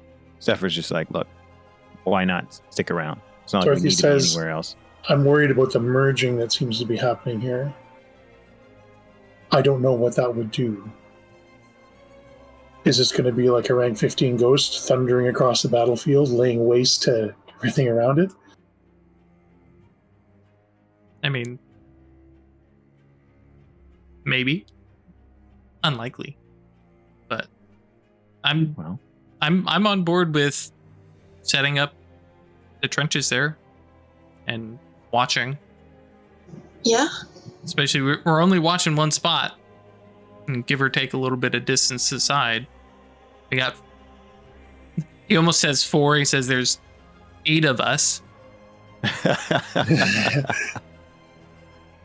love that catch. Yeah, there's 8 of us. Do you have to be in your boneyard for it to be a boneyard? You lose it if you leave it, yeah. Okay. And this side is too far away from the nearest trench to include it in a boneyard? Okay. Well, step 1, I think. At least settled on vamoosing back to the trenches. Yeah. Yeah. Do you need to try to roll to sneak back? No, that's fine. Okay. You make it back. There does some fighting does start, but not like in your corridor line of sight, right? It's down a ways. You hear some gunfire, and then it sort of makes its way up the trenches as you kind of crawl back down in, making it safe. And there's some other members of your squad that was like on the lookout for you and stuff like that. As you get back in, we're gonna go to break in just a second, but I can possibly double cliffhanger this episode. Yeah. Heck yeah. One of your squad, another one of the nurses actually, is there and grabs your hand, Adelaide, and says, come with me. Some scouts just made it back and they're not in good shape. Okay, I'm running along with her. The rest of you can follow, but... Yep. Dorothy, definitely come. And the scene that we will leave it on is that you come across this like scouting party of 5 or 6 folks, and they're bleeding like they've been shot, like big messy puncture wounds. But the second you go to treat one, you see 2 things. One, the exit wound is smaller than the entry wound. And there are splinters in the wound. Oh, no. Interesting. We'll take a break. Yay. I guess Yeah, but we'll be back in a sec. YouTube, you won't even miss us. So we left off with Adelaide trying to do some medicine. And this, not just this wound, these wounds on these soldiers all have these characteristics as you like kind of flip between them to see. Like the bleeding can be stopped, but it's after you take a closer look at it, it's more like a puncture than a like missile attack. You've been run through with stakes. I want to check out the splinters. Let's see. I can call that a.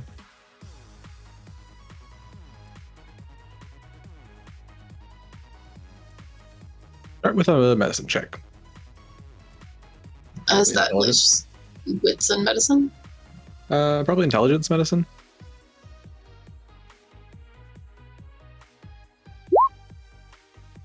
One success. Good enough for something. Yeah, you get in there, you're treating them as you're like collecting a few of these splinters. And it is, if you're looking at enough of them over the course of the scene, and other people can jump in too as well if you point these things out. It does not look like worked wood. a branch. Oh, shit. It is not like the splinter off of some sort of sharpened stake or something. Particularly if you like keep on looking at it, and other people jump in. There's even like traces of like bark. Like branches stabbed these guys. Okay. Yeah, I'm definitely pointing that out to everyone and trying to gather. I mean, removing these as part of medicine. Most of these guys are kind of insensate, having been given some drugs for the pain and stuff. One of them just goes ahead and bleeds out. Yeah, I don't have high hopes for them with these wounds. Are any of them capable of talking? So they can try to tell me what happened. One of them is like sort of talking to you. He, I would say only, got stabbed, has wounds like on his wrist and like in his calf. Extremities, so he's Yeah. in for a bad time, but might not die. Like through the heart or through the shoulder blades. Yeah, one of them decided to bleed out. He's like, "You know what? We're good. I'm gonna go get that. I'm gonna check out out there real y'all. quick." I'm out.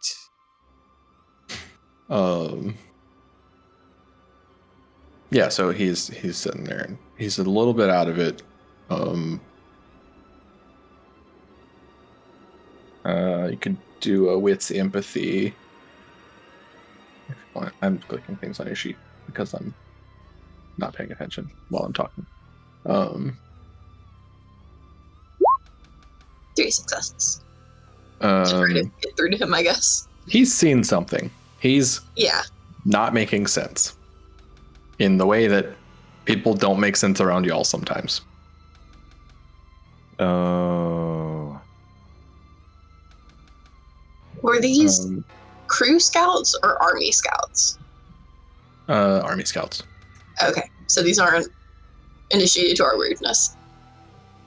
I have a theory. Sure. Can I try and, like, is it the guy's not speaking comprehensible sentences, or we just can't get the meaning of what he's trying to blather on about? I mean, I will tell you what he's saying, but from Okay. Mentally broken. Yeah. He's shaken up at the very least. Like, obviously, y'all are more willing to believe in weird things happening, but if he was talking to someone else from that perspective, they'd be like, Oh, he's gone mad. This guy's gone mad or something. Yeah. Can I try manipulation empathy to test my theory against what he's saying? Okay, sure. I'm thinking, what if ghosts were somehow animating a tree. Seems kind of consistent with the wounds that we're seeing. I mean, he straight up says the trees were there. Like, the trees were there. And Burnham would come to Dunsinane. Okay. Sorry. Did Shakespeare quote. You weren't in the, like, did the trees walk there? Or did the trees start? No, they just were there. There weren't trees and then there were. There shouldn't. We're in no man's land. Okay.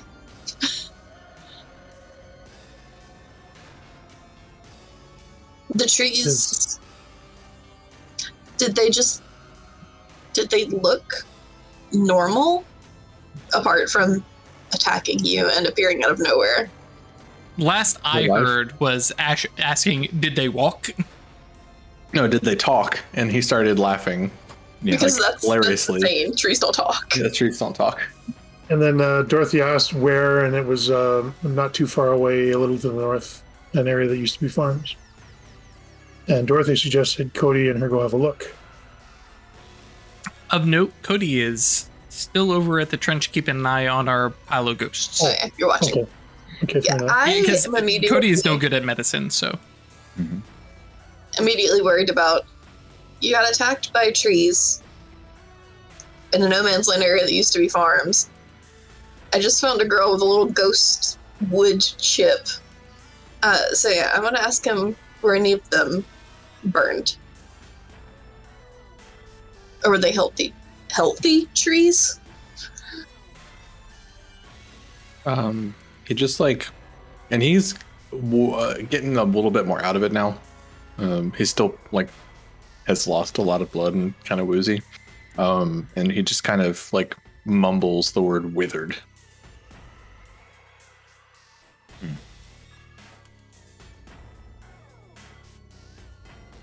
Yeah, I definitely want to go check this out.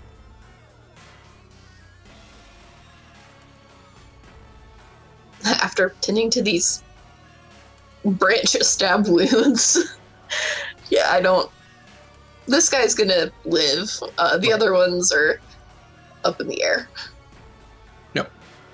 And like by this point, people are here to put them on stretchers and like take them to actual like med tents and stuff. All right, if you guys want to go check it out, should I go back and tell Cody what's going on? Or do you want me to come with you? Gonna leave him? Well, he's keeping an eye on our... No, he was keeping an eye on our ghost pile to see if anything happened. We can always bring a, Persephone Project crew member to keep an eye out. It seems... Oh, I hadn't thought of that. For us to split. But okay, well, let me... Yeah, just in character, Cody hears, oh, some people are wounded, and Cody goes, yep, and just keeps watching these ghosts. But now that something weird is up, yeah, Cody will be like, all right, yeah, we can recruit someone else to come. Just like, look, watch. We can activate crew resources and have somebody keep an eye on our ghost pile. It's not even that. It's just you've got people that listen to you. Hey, watch this place. Yeah, all right, fine. So once Cody is up to speed, he goes, hang on. You're asking me to go sneak out into no man's land again. This time by yourself. I mean, you prefer that.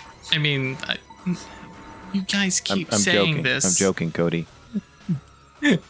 We're never alone. I mean, well, that's true. Just pat you on the shoulder. As you proceed along this journey, you might realize that it isn't so much that it's always you and another, but it's you and them are one. Yeah, I don't really know how I feel about that. Working Yield to what is together, inevitable. Working together, I'm on board with. We are one. Nah. I think you're entitled to your reservations. Says the guy that uses the call. Yeah, I know. Yeah, I mean, Chloe's not a great conversationalist. Well, there are many ways to communicate.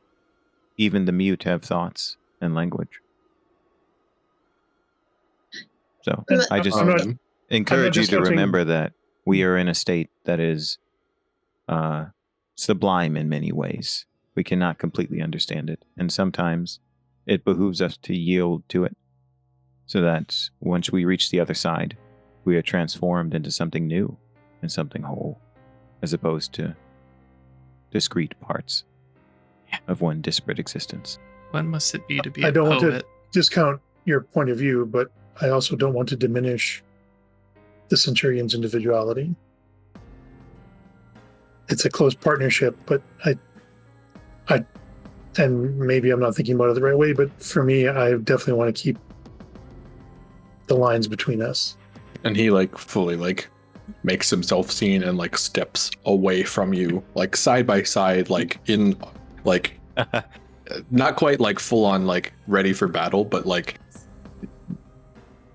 separating himself in line with what you're saying, but also standing side by side ready to fight. A partner, but a distinct entity. Right. About this time, because I can use these guys as genre savvy a little bit. Louis is just whistling in your head.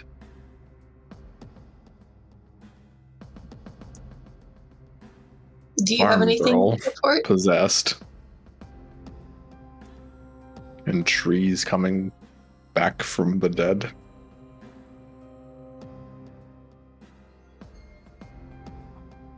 I'm looking at what these collected ghosts are being used for. Ma'am, I'm turned over to me so. Do we want to deal with the girl first? What girl? Oh, I've told you about the girl in town with the ghost splinter around her neck. The wood chip, as she said, so humorously. Wood chip from what? Don't know. She was out of it.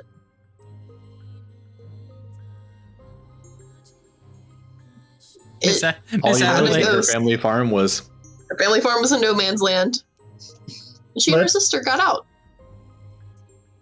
Okay, let's circle back to that in a bit. Why don't we go eyeball the farm instead to see what's actually going on there? I mean, I can head out there. That's fine.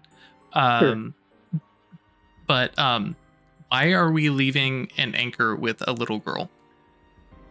I mean, she's not a little girl. She's my age. A woman. Yeah. I apologize, Adelaide. Let me restate. Why are we leaving an anchor with a normal lady? I didn't want to steal it from her. She has been through a lot, and for some reason this wood chip is meaningful to her. I'd hoped to find some way to excise the ghost, undo it as an anchor, and let her keep it for sentimental reasons. Is it meaningful to her, or has she just been made to think that it's meaningful to her? Well, she was asleep, so I couldn't ask. But she is wearing it. Voice of God will say real quick. Someone having an anchor on their person is not that weird. Right. A partner's wedding ring could be an anchor. Something like that, right? Mm-hmm. So that part is not weird. It's the fact that it's this very weird vibe of a glass jar specimen that is an anchor. That's the part that's okay, But I love all the suspicions from different angles, so please continue. I don't know about you guys, but I'm feeling I know the commander likes us to sort things out on our own, but I kind of feel like we're in stormy waters without a boat. Maybe we should contact the big guy and get his input on this after we scout out the farms. I think one way to support what you're suggesting is that, in truth, what we've been commanded to do is row ourselves across a turbulent sea, even though the sails still function. Because the captain of the vessel is too lazy to direct it himself. You tell the Knight Commander that. I'm happy to. So, yes. Dorothy's Farms wheels or are spinning and like she's trying to parse what you're saying, but isn't like there's a gear skipping somewhere. I just move past it, ignore. And then she'll just sort of under her breath say, "Poetry." So the farms then? I suggest that we, well, actually out of character, was it said that the trees are on the farms? So the trees appeared. They weren't there, and then they were. Yeah, I gotcha. But I'm just trying to confirm the location of where the trees appeared. Is that what you're talking about, where the trees appeared? Okay. Under the old farms. Yeah. Okay, great. The area miles that they north. were at used to be farmlands. Wonderful. You don't know that it was the farm of this family. Yeah, fair enough. Mhm. I'm just trying to yeah. confirm these two potentially separate locations, but it seems like they're the same. So when you suggest the farmlands, Louis mentioned the girl possessed. Oh, hang on, that's new. He just said it. The girl possessed. Girl possessed an anchor. Oh, okay. Okay. Lowercase b, sorry. Okay. Totally different. Yeah. Okay. Yeah, sorry. Wait then. a second. Yeah, so are we just going to go out into the no man's land again? I mean, and again, out of character for Cody, that's a regular occurrence. Yeah. And it's nighttime. It's now, also right? the complete opposite. It's still nighttime, still like dead of night, or getting to be dead of night at this point. We just have to watch out for paraflares and stuff. Yeah. And I'm not going to make you roll stealth for this one because it is well far away from, like the focus of the pushing right now. Like when y'all go to the front lines, it's kind of at the bulge in the lines right now. Right. And so there's like it kind of fades back, and there's a wider expanse of no man's land as you get closer up to the. Yeah, no one's fighting over there anymore. Well, And not the- currently. So yeah, well, yeah, let's go check it out then. So some trudging through trenches and then carefully making your way out. Not quite as paranoid, but still careful.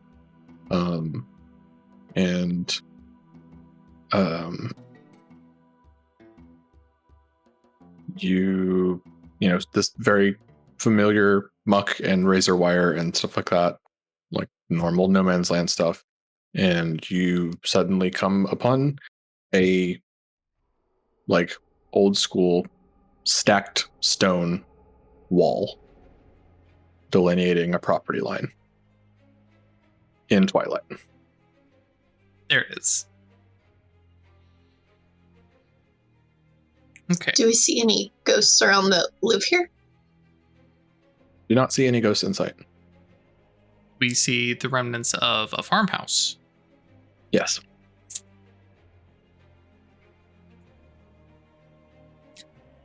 Found it. Do we see any trees?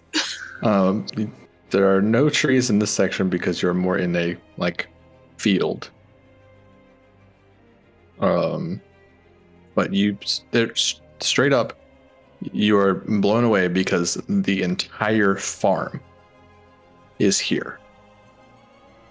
And In then Twilight. you realize it's a ghost. Mm-hmm. Yep. Okay. So the girl's keeping this thing alive. Or, here. Presumably. And as you're like walking along, because I presume you don't just like hop this wall.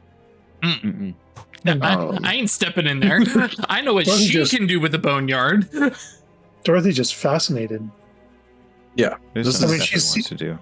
Like she's seen like the psychic remnants of buildings and shit before, but this is like a ghost that's a farm. Well, hard I mean, to wrap that's your head around. what the ghosts of buildings and the remnants of Right. buildings are technically too. Stepford wants to do something. Yes.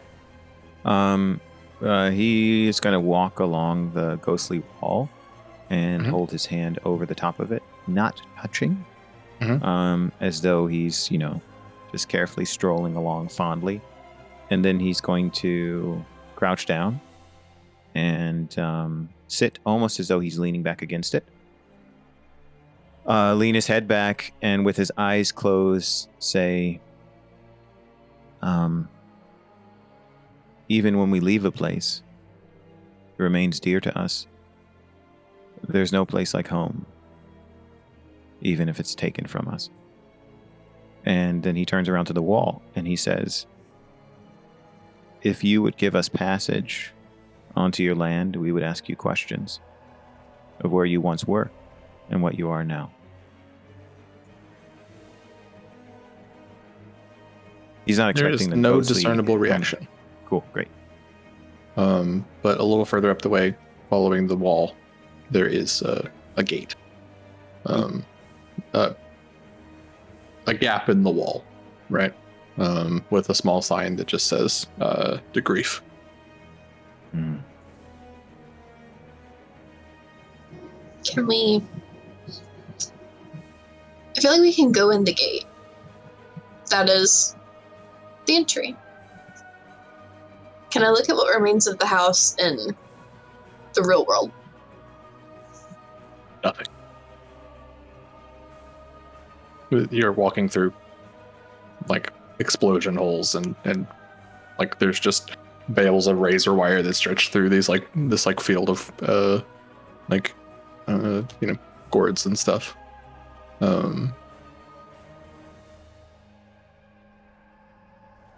It is still. There is nothing going on.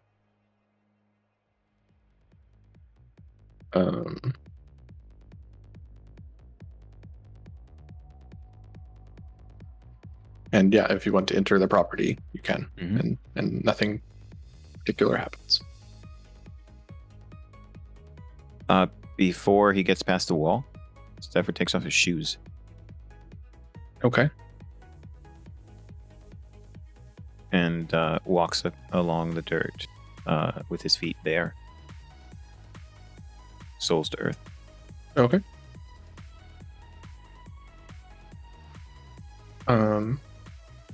What are people looking for or trying to investigate or? I want to try.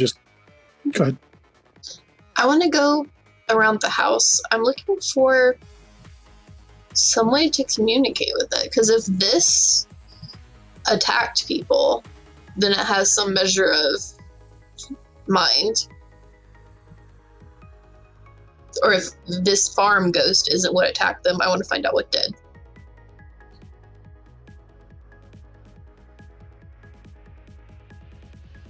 So I'm just sort of investigating around in the house, looking for clues, anything. You can do wits occult to like vibe check it, or do an actual investigation. What is an actual investigation? Isn't that a skill? Yeah, it's intelligence investigation. Yeah. Oh, okay. It's the same number of dice. Sure. 2 successes, what's called? You start looking around and there's a sense of anticipation that you get.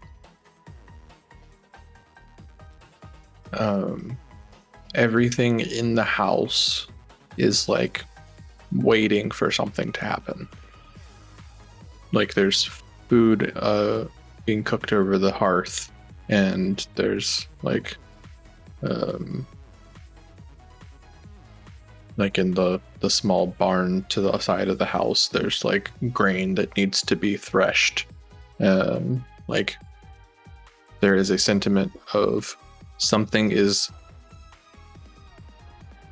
should be about to happen, but also everything is currently in progress of something. There's like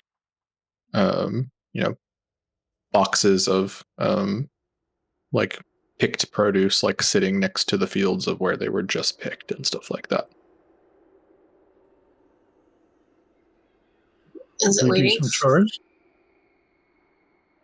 What was Is that? it waiting for her to come home? Yeah, that's what the Dorothy said. Should we do some chores? Okay, this is all in character. Zephyr would just say, we sometimes think of places as inanimate entities, yet they are just as entitled to the service we give them as what we get from them. It might be waiting here because there's no one to care for it anymore. What is a homestead without a caretaker? What is a home without a homemaker? We're trying to establish contact. Maybe completing some of these chores might bridge that gap. Yes, I think it's a great idea. It also might be waiting for that woman to return at some point.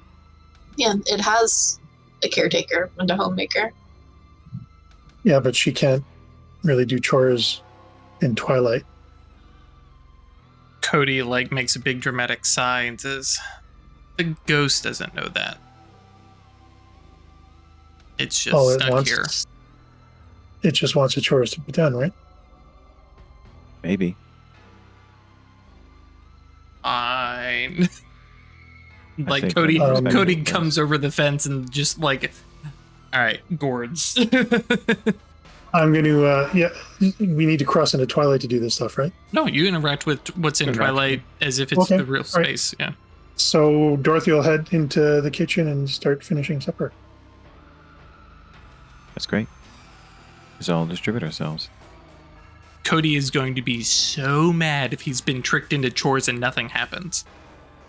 Yeah, I'm just hesitant because I don't know how the house is going to react to strangers coming in and moving in.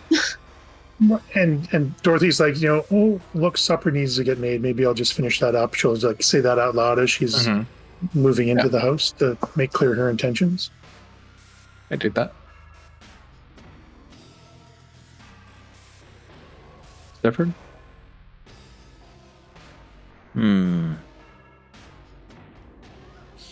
If you don't mind, Ralph, Cody's going to pick on Stefford a little bit and mention it's there's a spot there in the shade. You can just kind of sit back and come up with a poem for us. Stefford puts on a smile as though he's indulging you, and then says, I'd like to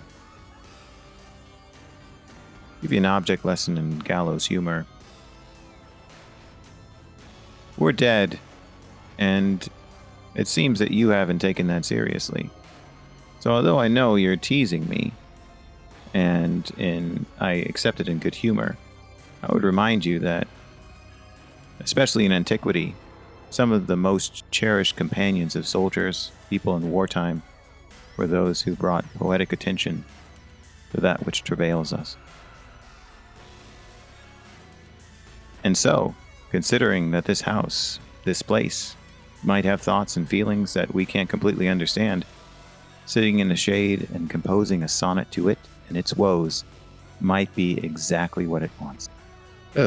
Both of you hear this tinkling, crackling glass voice that certainly Stefford is very familiar with. And I think Cody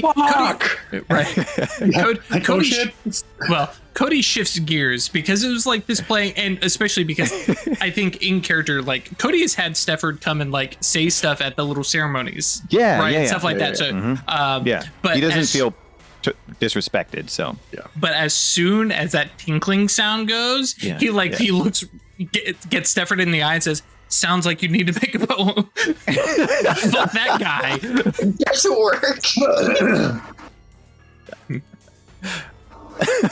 Your worker is very important and valued. Yep.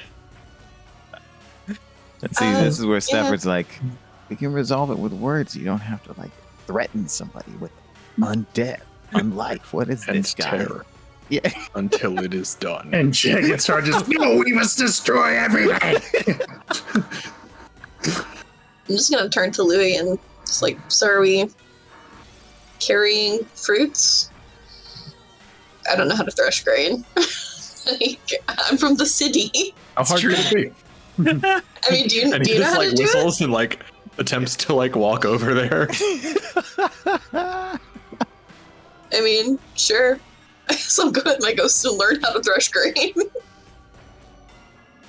And Chris, just for flavor, like while Dorothy's working, she's keeping a running narrative. Like, Yeah. such a cozy home, must have looked after generations. There's a feedback you're getting from it too. Like there's a emotional resonance that's like something's working about that. Yeah, Cool. she's trying to be the grandmother to a farm. Yeah, that's great. The vibe she's known for. It's a real thoughtful thing to do. What does Cody do? Oh yeah, Cody's picking up gourds. He's Okay, out in so that field. cool. Yeah, it's like some gourds and some eggplants and all kinds of stuff. Definitely. Actually, seems like it's true. It's a fall harvest. Basically. right. Yeah, exactly. Yeah, it's October. Well, who knows if it's reflecting the current time that's true. or yeah.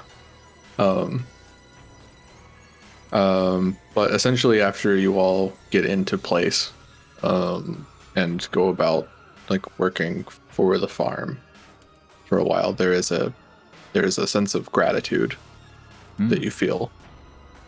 And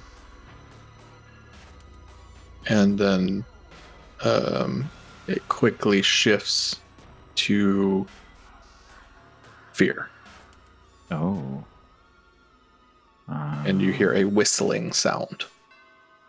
And The by this bombs. point, you're all very familiar with this sound. Yeah. And in a big, like, it doesn't actually overwhelm your senses, but in a big flash, suddenly everything is blown apart. The house is on fire. Like, you're still cooking in it as it's, like, suddenly not there. Yeah. And Living it its burns death. for a while and the walls fall apart. And as you kind of stand there, I can't imagine it doesn't inspire some like some grief, some sadness, right? Yeah, absolutely. Much like watching a ghost go through this, right? Mm-hmm. And then a few minutes later, it reforms.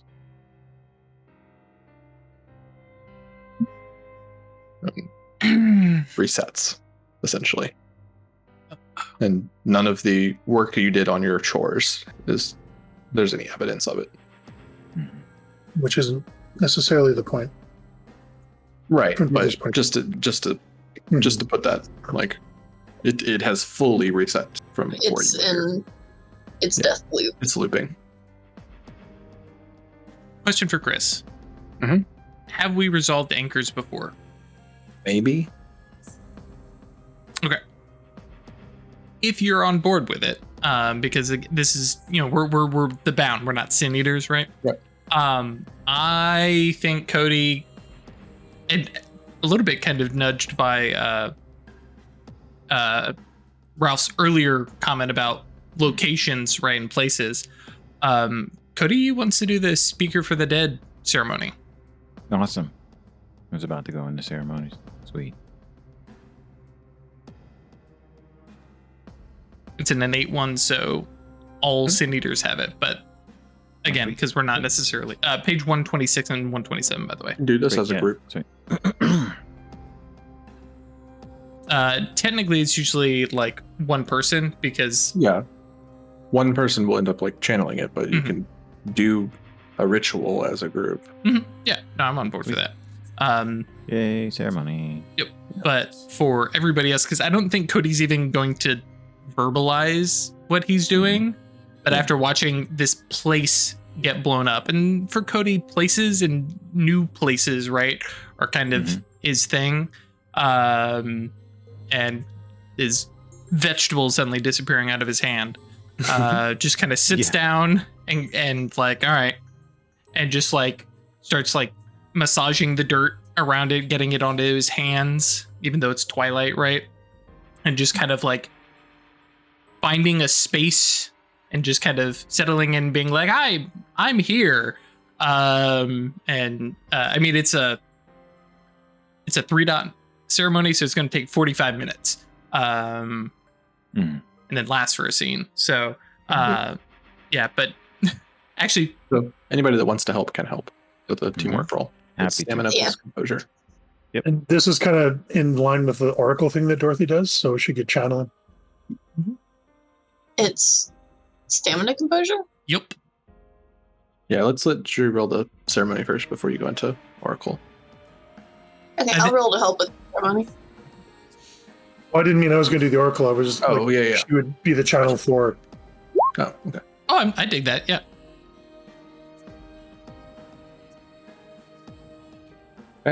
Sounds good to me. Well, that's +3. Yep. On top of my 5. Load it up. Yeah. Yep. Gonna roll it. Actually, is there a exceptional can't we do success There we for go. ceremonies? For beads. Okay. +1, +1. So +5. I'm not going to spend willpower on this one. Yeah. Cool. So it takes some time.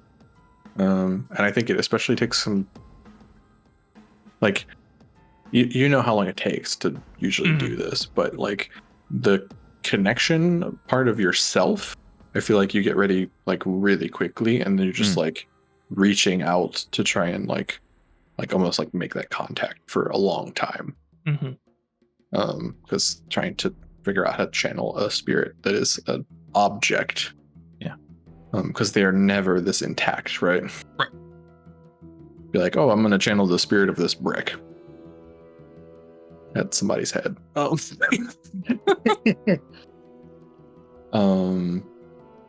But eventually, yeah. I'm going to go with Cody saying it because it's kind of Drew's idea. So let you channel that. And this, like, ancient, raspy, like old man voice comes out.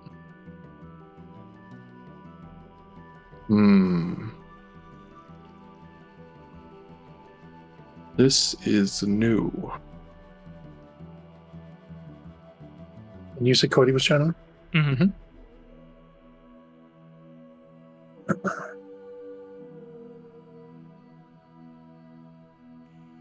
You are the Degree Homestead? Yes. Yes. Yeah, I am. We are. I've not had words before. Provided shelter and comfort for a long time. Yes. And you were Many good generations. Yeah, thank you. Many generations of griefs. And like suddenly he just like sits up straighter. Like Cody does. Puffs out his chest. Many generations. It kind of warms Dorothy's heart. And then sinks back down. Did I get the girl's first name? I don't remember. Yasmin. Yasmin? Yeah, you can tell it. Yasmin is safe. She lives. Good.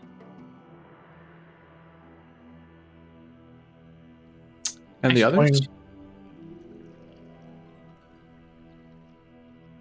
The others have followed. But she lives. And she remembers you. Good. And Cody's going to talk to himself here real quick because I realized that's all it is. It's not actual possession or anything. And Cody even like has been talking. His mouth has been moving. And this is very awkward. But says, as long as there's one of them, it can rebuild. She could rebuild. She could come home. She should come home. It might take time. Leaning into leaning into the empathy aspect of, like, sometimes it can be very cathartic just recognize if somebody recognizes the trauma that you've been through. Sure. Dorothy's going to lean into that and go, it isn't fair what happened to you.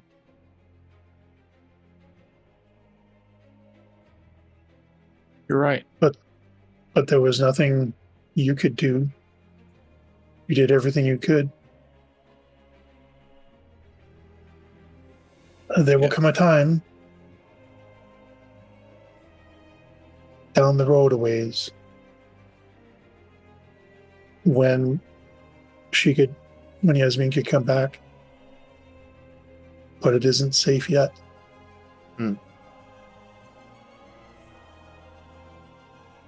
Safe is important. Could you wait for it to be safe? Dorothy's an advocate. She's not going to try and get rid of this guy. Waiting is what I do. Have you noticed others passing through recently?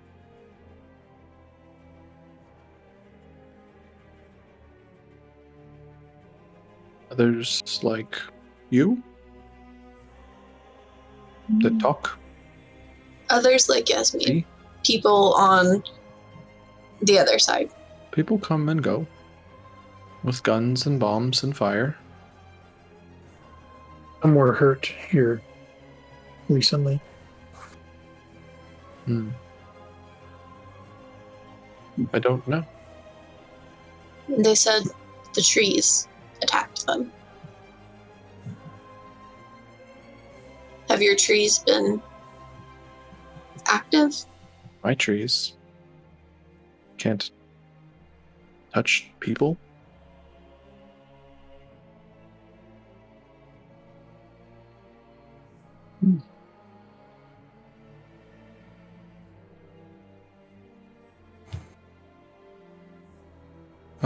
And all of a sudden Cody's just like tilting his head up looking.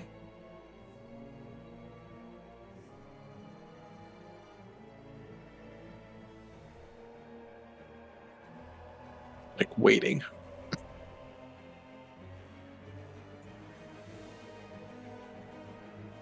Do you know of any who could?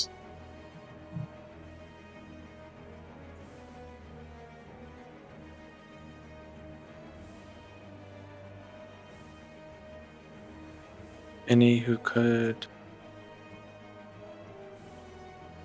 You all should go. Why? The bombs are coming. The bombs aren't real.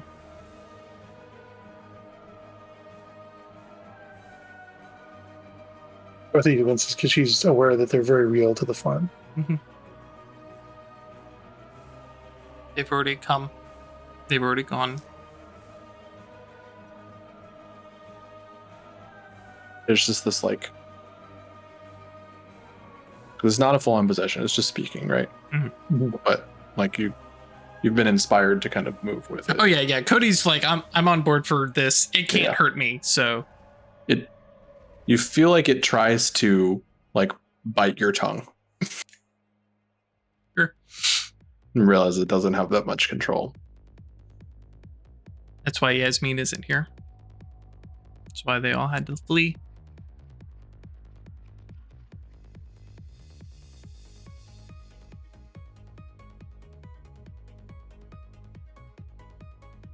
You aren't here anymore, Lonely House.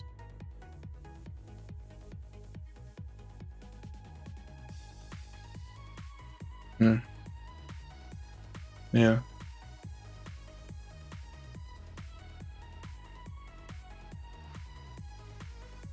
But she could come back.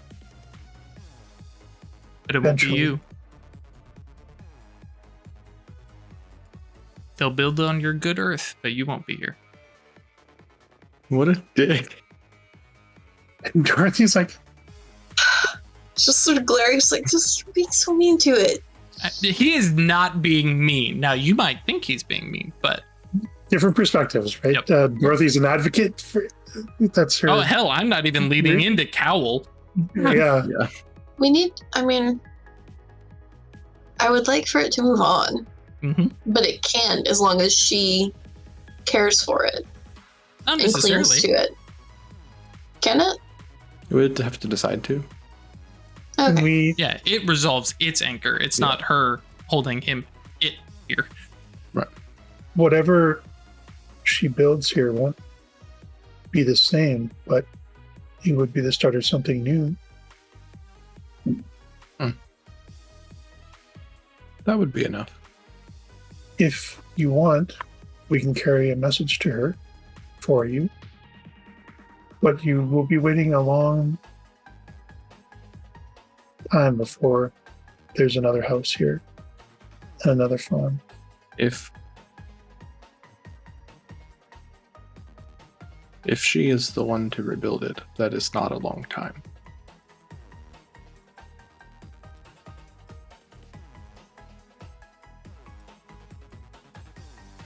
Your other part should know this better. Especially Dorothy. And if she can't return, the land here might not be livable in her lifetime. She can build a new homestead. Wherever she ends up will be the degree of homestead.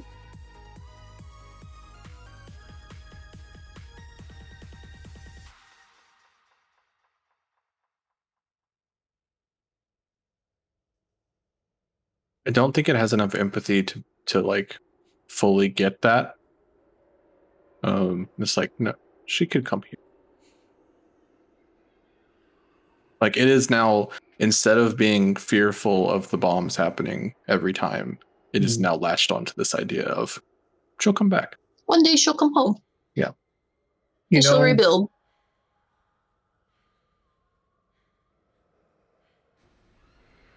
She carries memories of you with her. And so like a tree that perishes in a fire but leaves behind seeds, you have left behind a seed in her heart. And eventually that seed will grow into a new homestead that will look after other generations of the degrees.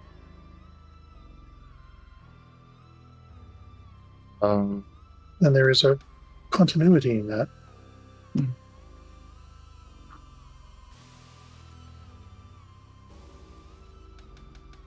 Effort places a hand on. I'm sorry. You're still going. Great. Go ahead. Yeah. It will be hard for her to start over, though, if you continue to cling to her.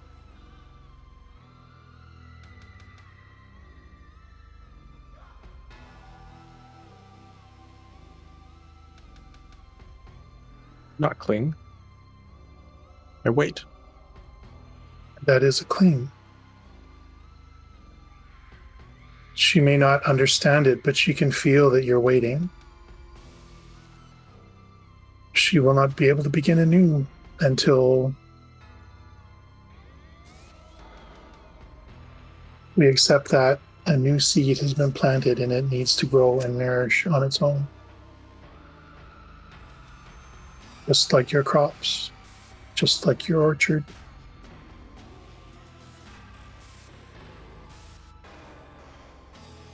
About this time, you hear the crack of a gunshot.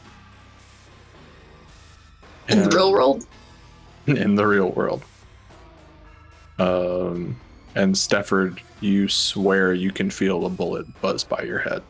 Oh, shit. Of course. Because they don't see the house. People are shooting at us.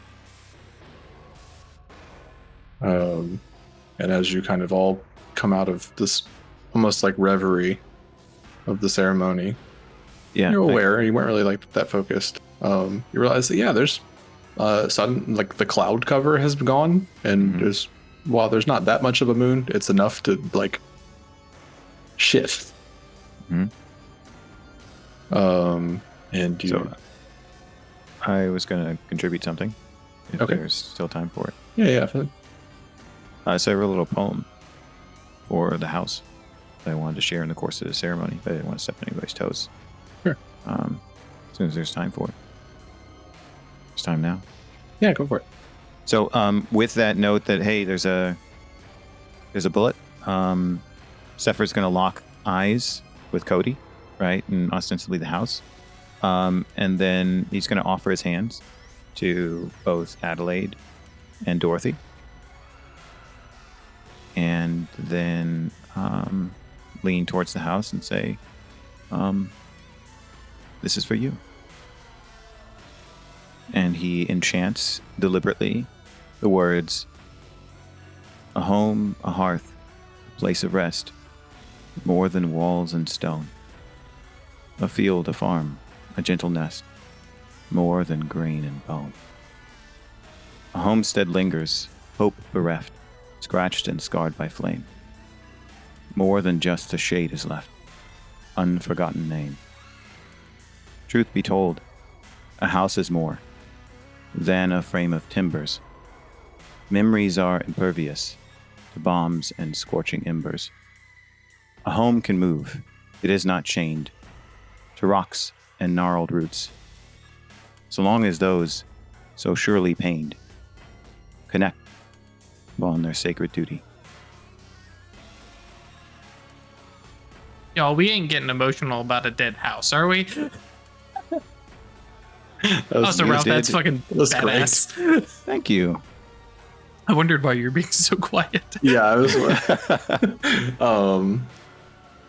So it is at the finish of that poem that this bullet nearly misses you.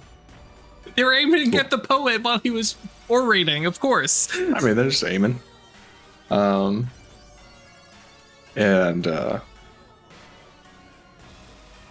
you look over and there's a small squad of Germans on their knees, taking aim, and bullets begin to fly.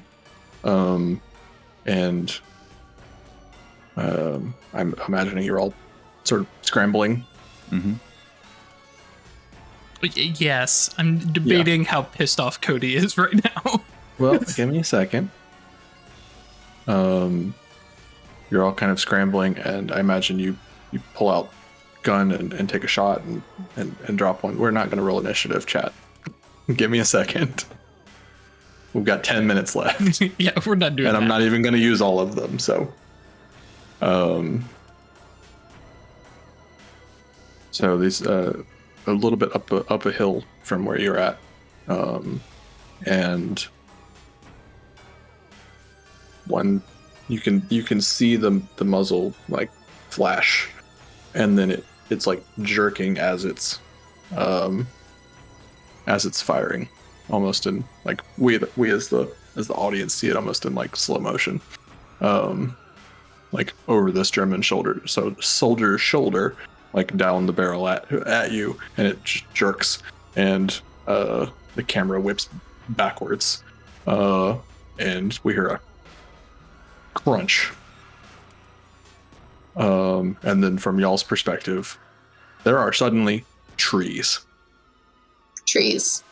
Yeah. Completely surrounding the farm. Wow. Surrounding us as well. Uh-huh.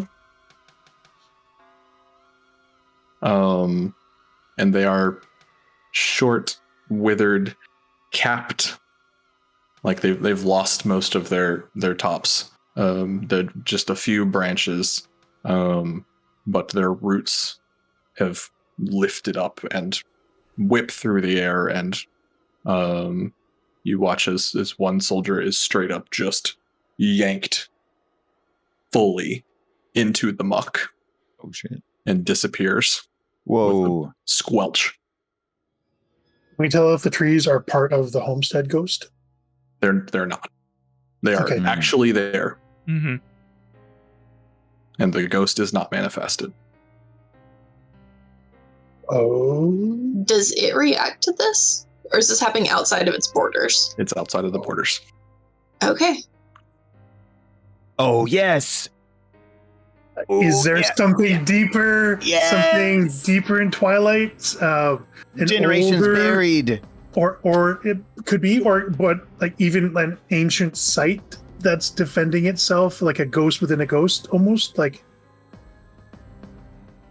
Y'all forget that we're in World War I and things are not happy and on our side. I know. Yeah, like I feel safe here on the farm because the trees aren't on the farm; they are around it. Yeah. I am highly nervous about trying to move now because we didn't notice anything like this coming in. They weren't there. They were not there. It's not that you Can did not we, notice them, like- they were not there. We don't see ghosts inside the trees animating them or anything. Nope. They weren't like in Twilight and hopped over into the real world, Right, which is 'cause what we'd I see had thought that. initially. Yeah. Mhm. Huh. Were they underground? I definitely feel like we are not going to get an answer tonight, y'all. Yeah. Y'all fighting real hard, and I'm I'm looking looking at for a clue. Chris already That's great, said he's they're Yeah, I'm going gonna to double cliffhanger cliffhanger. us. Yeah. Yeah, so in a matter of seconds, this squad of like 10 Germans is just ripped apart. Oh my gosh. And this like panning, circling shot of y'all like almost like backed up against each other in the center of the farm, like, and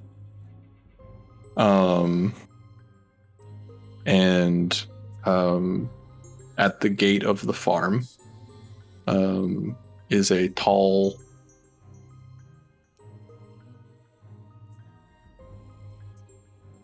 you get an impression that it is a feminine entity, but not from form or anything, but covered head to toe in black robes, with like a bone like corset, and like a deer like skull forming course. into a mask, with big antlers and everything, is just standing at the edge of the farm. Is she a ghost? No.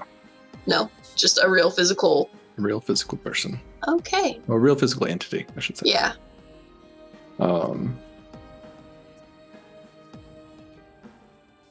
You don't belong here.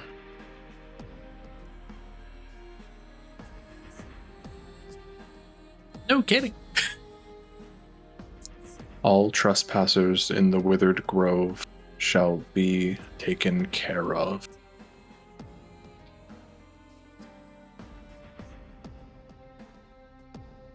How does one become other than a trespasser in the Withered Grove? It just repeats the same line. Thank you very much for the hand there, dear. And if we are trespassing, you really should put up some markers or something so that people know. Just sort of summarily killing them for trespassing without any kind of warning seems a little unfair. I'm leaning into the grandmother vibe. Mm-hmm. That's great. She just like pulls her hand, like reaches down to the ground, like scuffs up some mud, and like pulls up a whole ass like staff. Mm-hmm. Like fucking twisted, gnarled root staff, with like a big knot of like moss and mushrooms and like a half decayed rabbit in it, and just said, trespassers in the Withered Grove will be dealt with. And that's where we'll stop tonight. Okay. Very nice. I love Chad's like, Druids? oh, it's this. Ha! I ain't telling you shit. Deal with it. Correct, Chris. Next week on. Yeah. Yep, next week on Dragon Ball Z.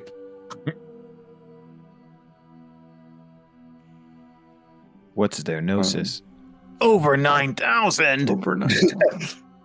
See, now I'm thinking ancient druids. This tracks. If anybody gets it right in Eerie Quiet chat over the course of the week, I will send you a private message saying you are correct. Where can they find that Eerie Quiet channel, Chris? They can find that on our Discord, Drew. It's a good setup. If you'd like to talk to us between episodes and you've liked what you see, when I come hang out with us and our lovely crew, you can come find us at oh my god, I just blanked. My whole brain just fell out of my brain. Yeetinto.space. Chris's catchphrase. Well, Songbird's catchphrase. Songbird's catchphrase. Sorry, I just did ghost shit in my brain for 3 hours. And if you have particularly enjoyed what you have seen, like to financially help out the show, help us get replacement equipment when things break, or fund some art for characters for our bigger, longer series, we would be happy to accept that over at our Patreon. Easy link for that is staylucky.club. And we will see you all next time. See you next time. Stay spooky. Stay spooky.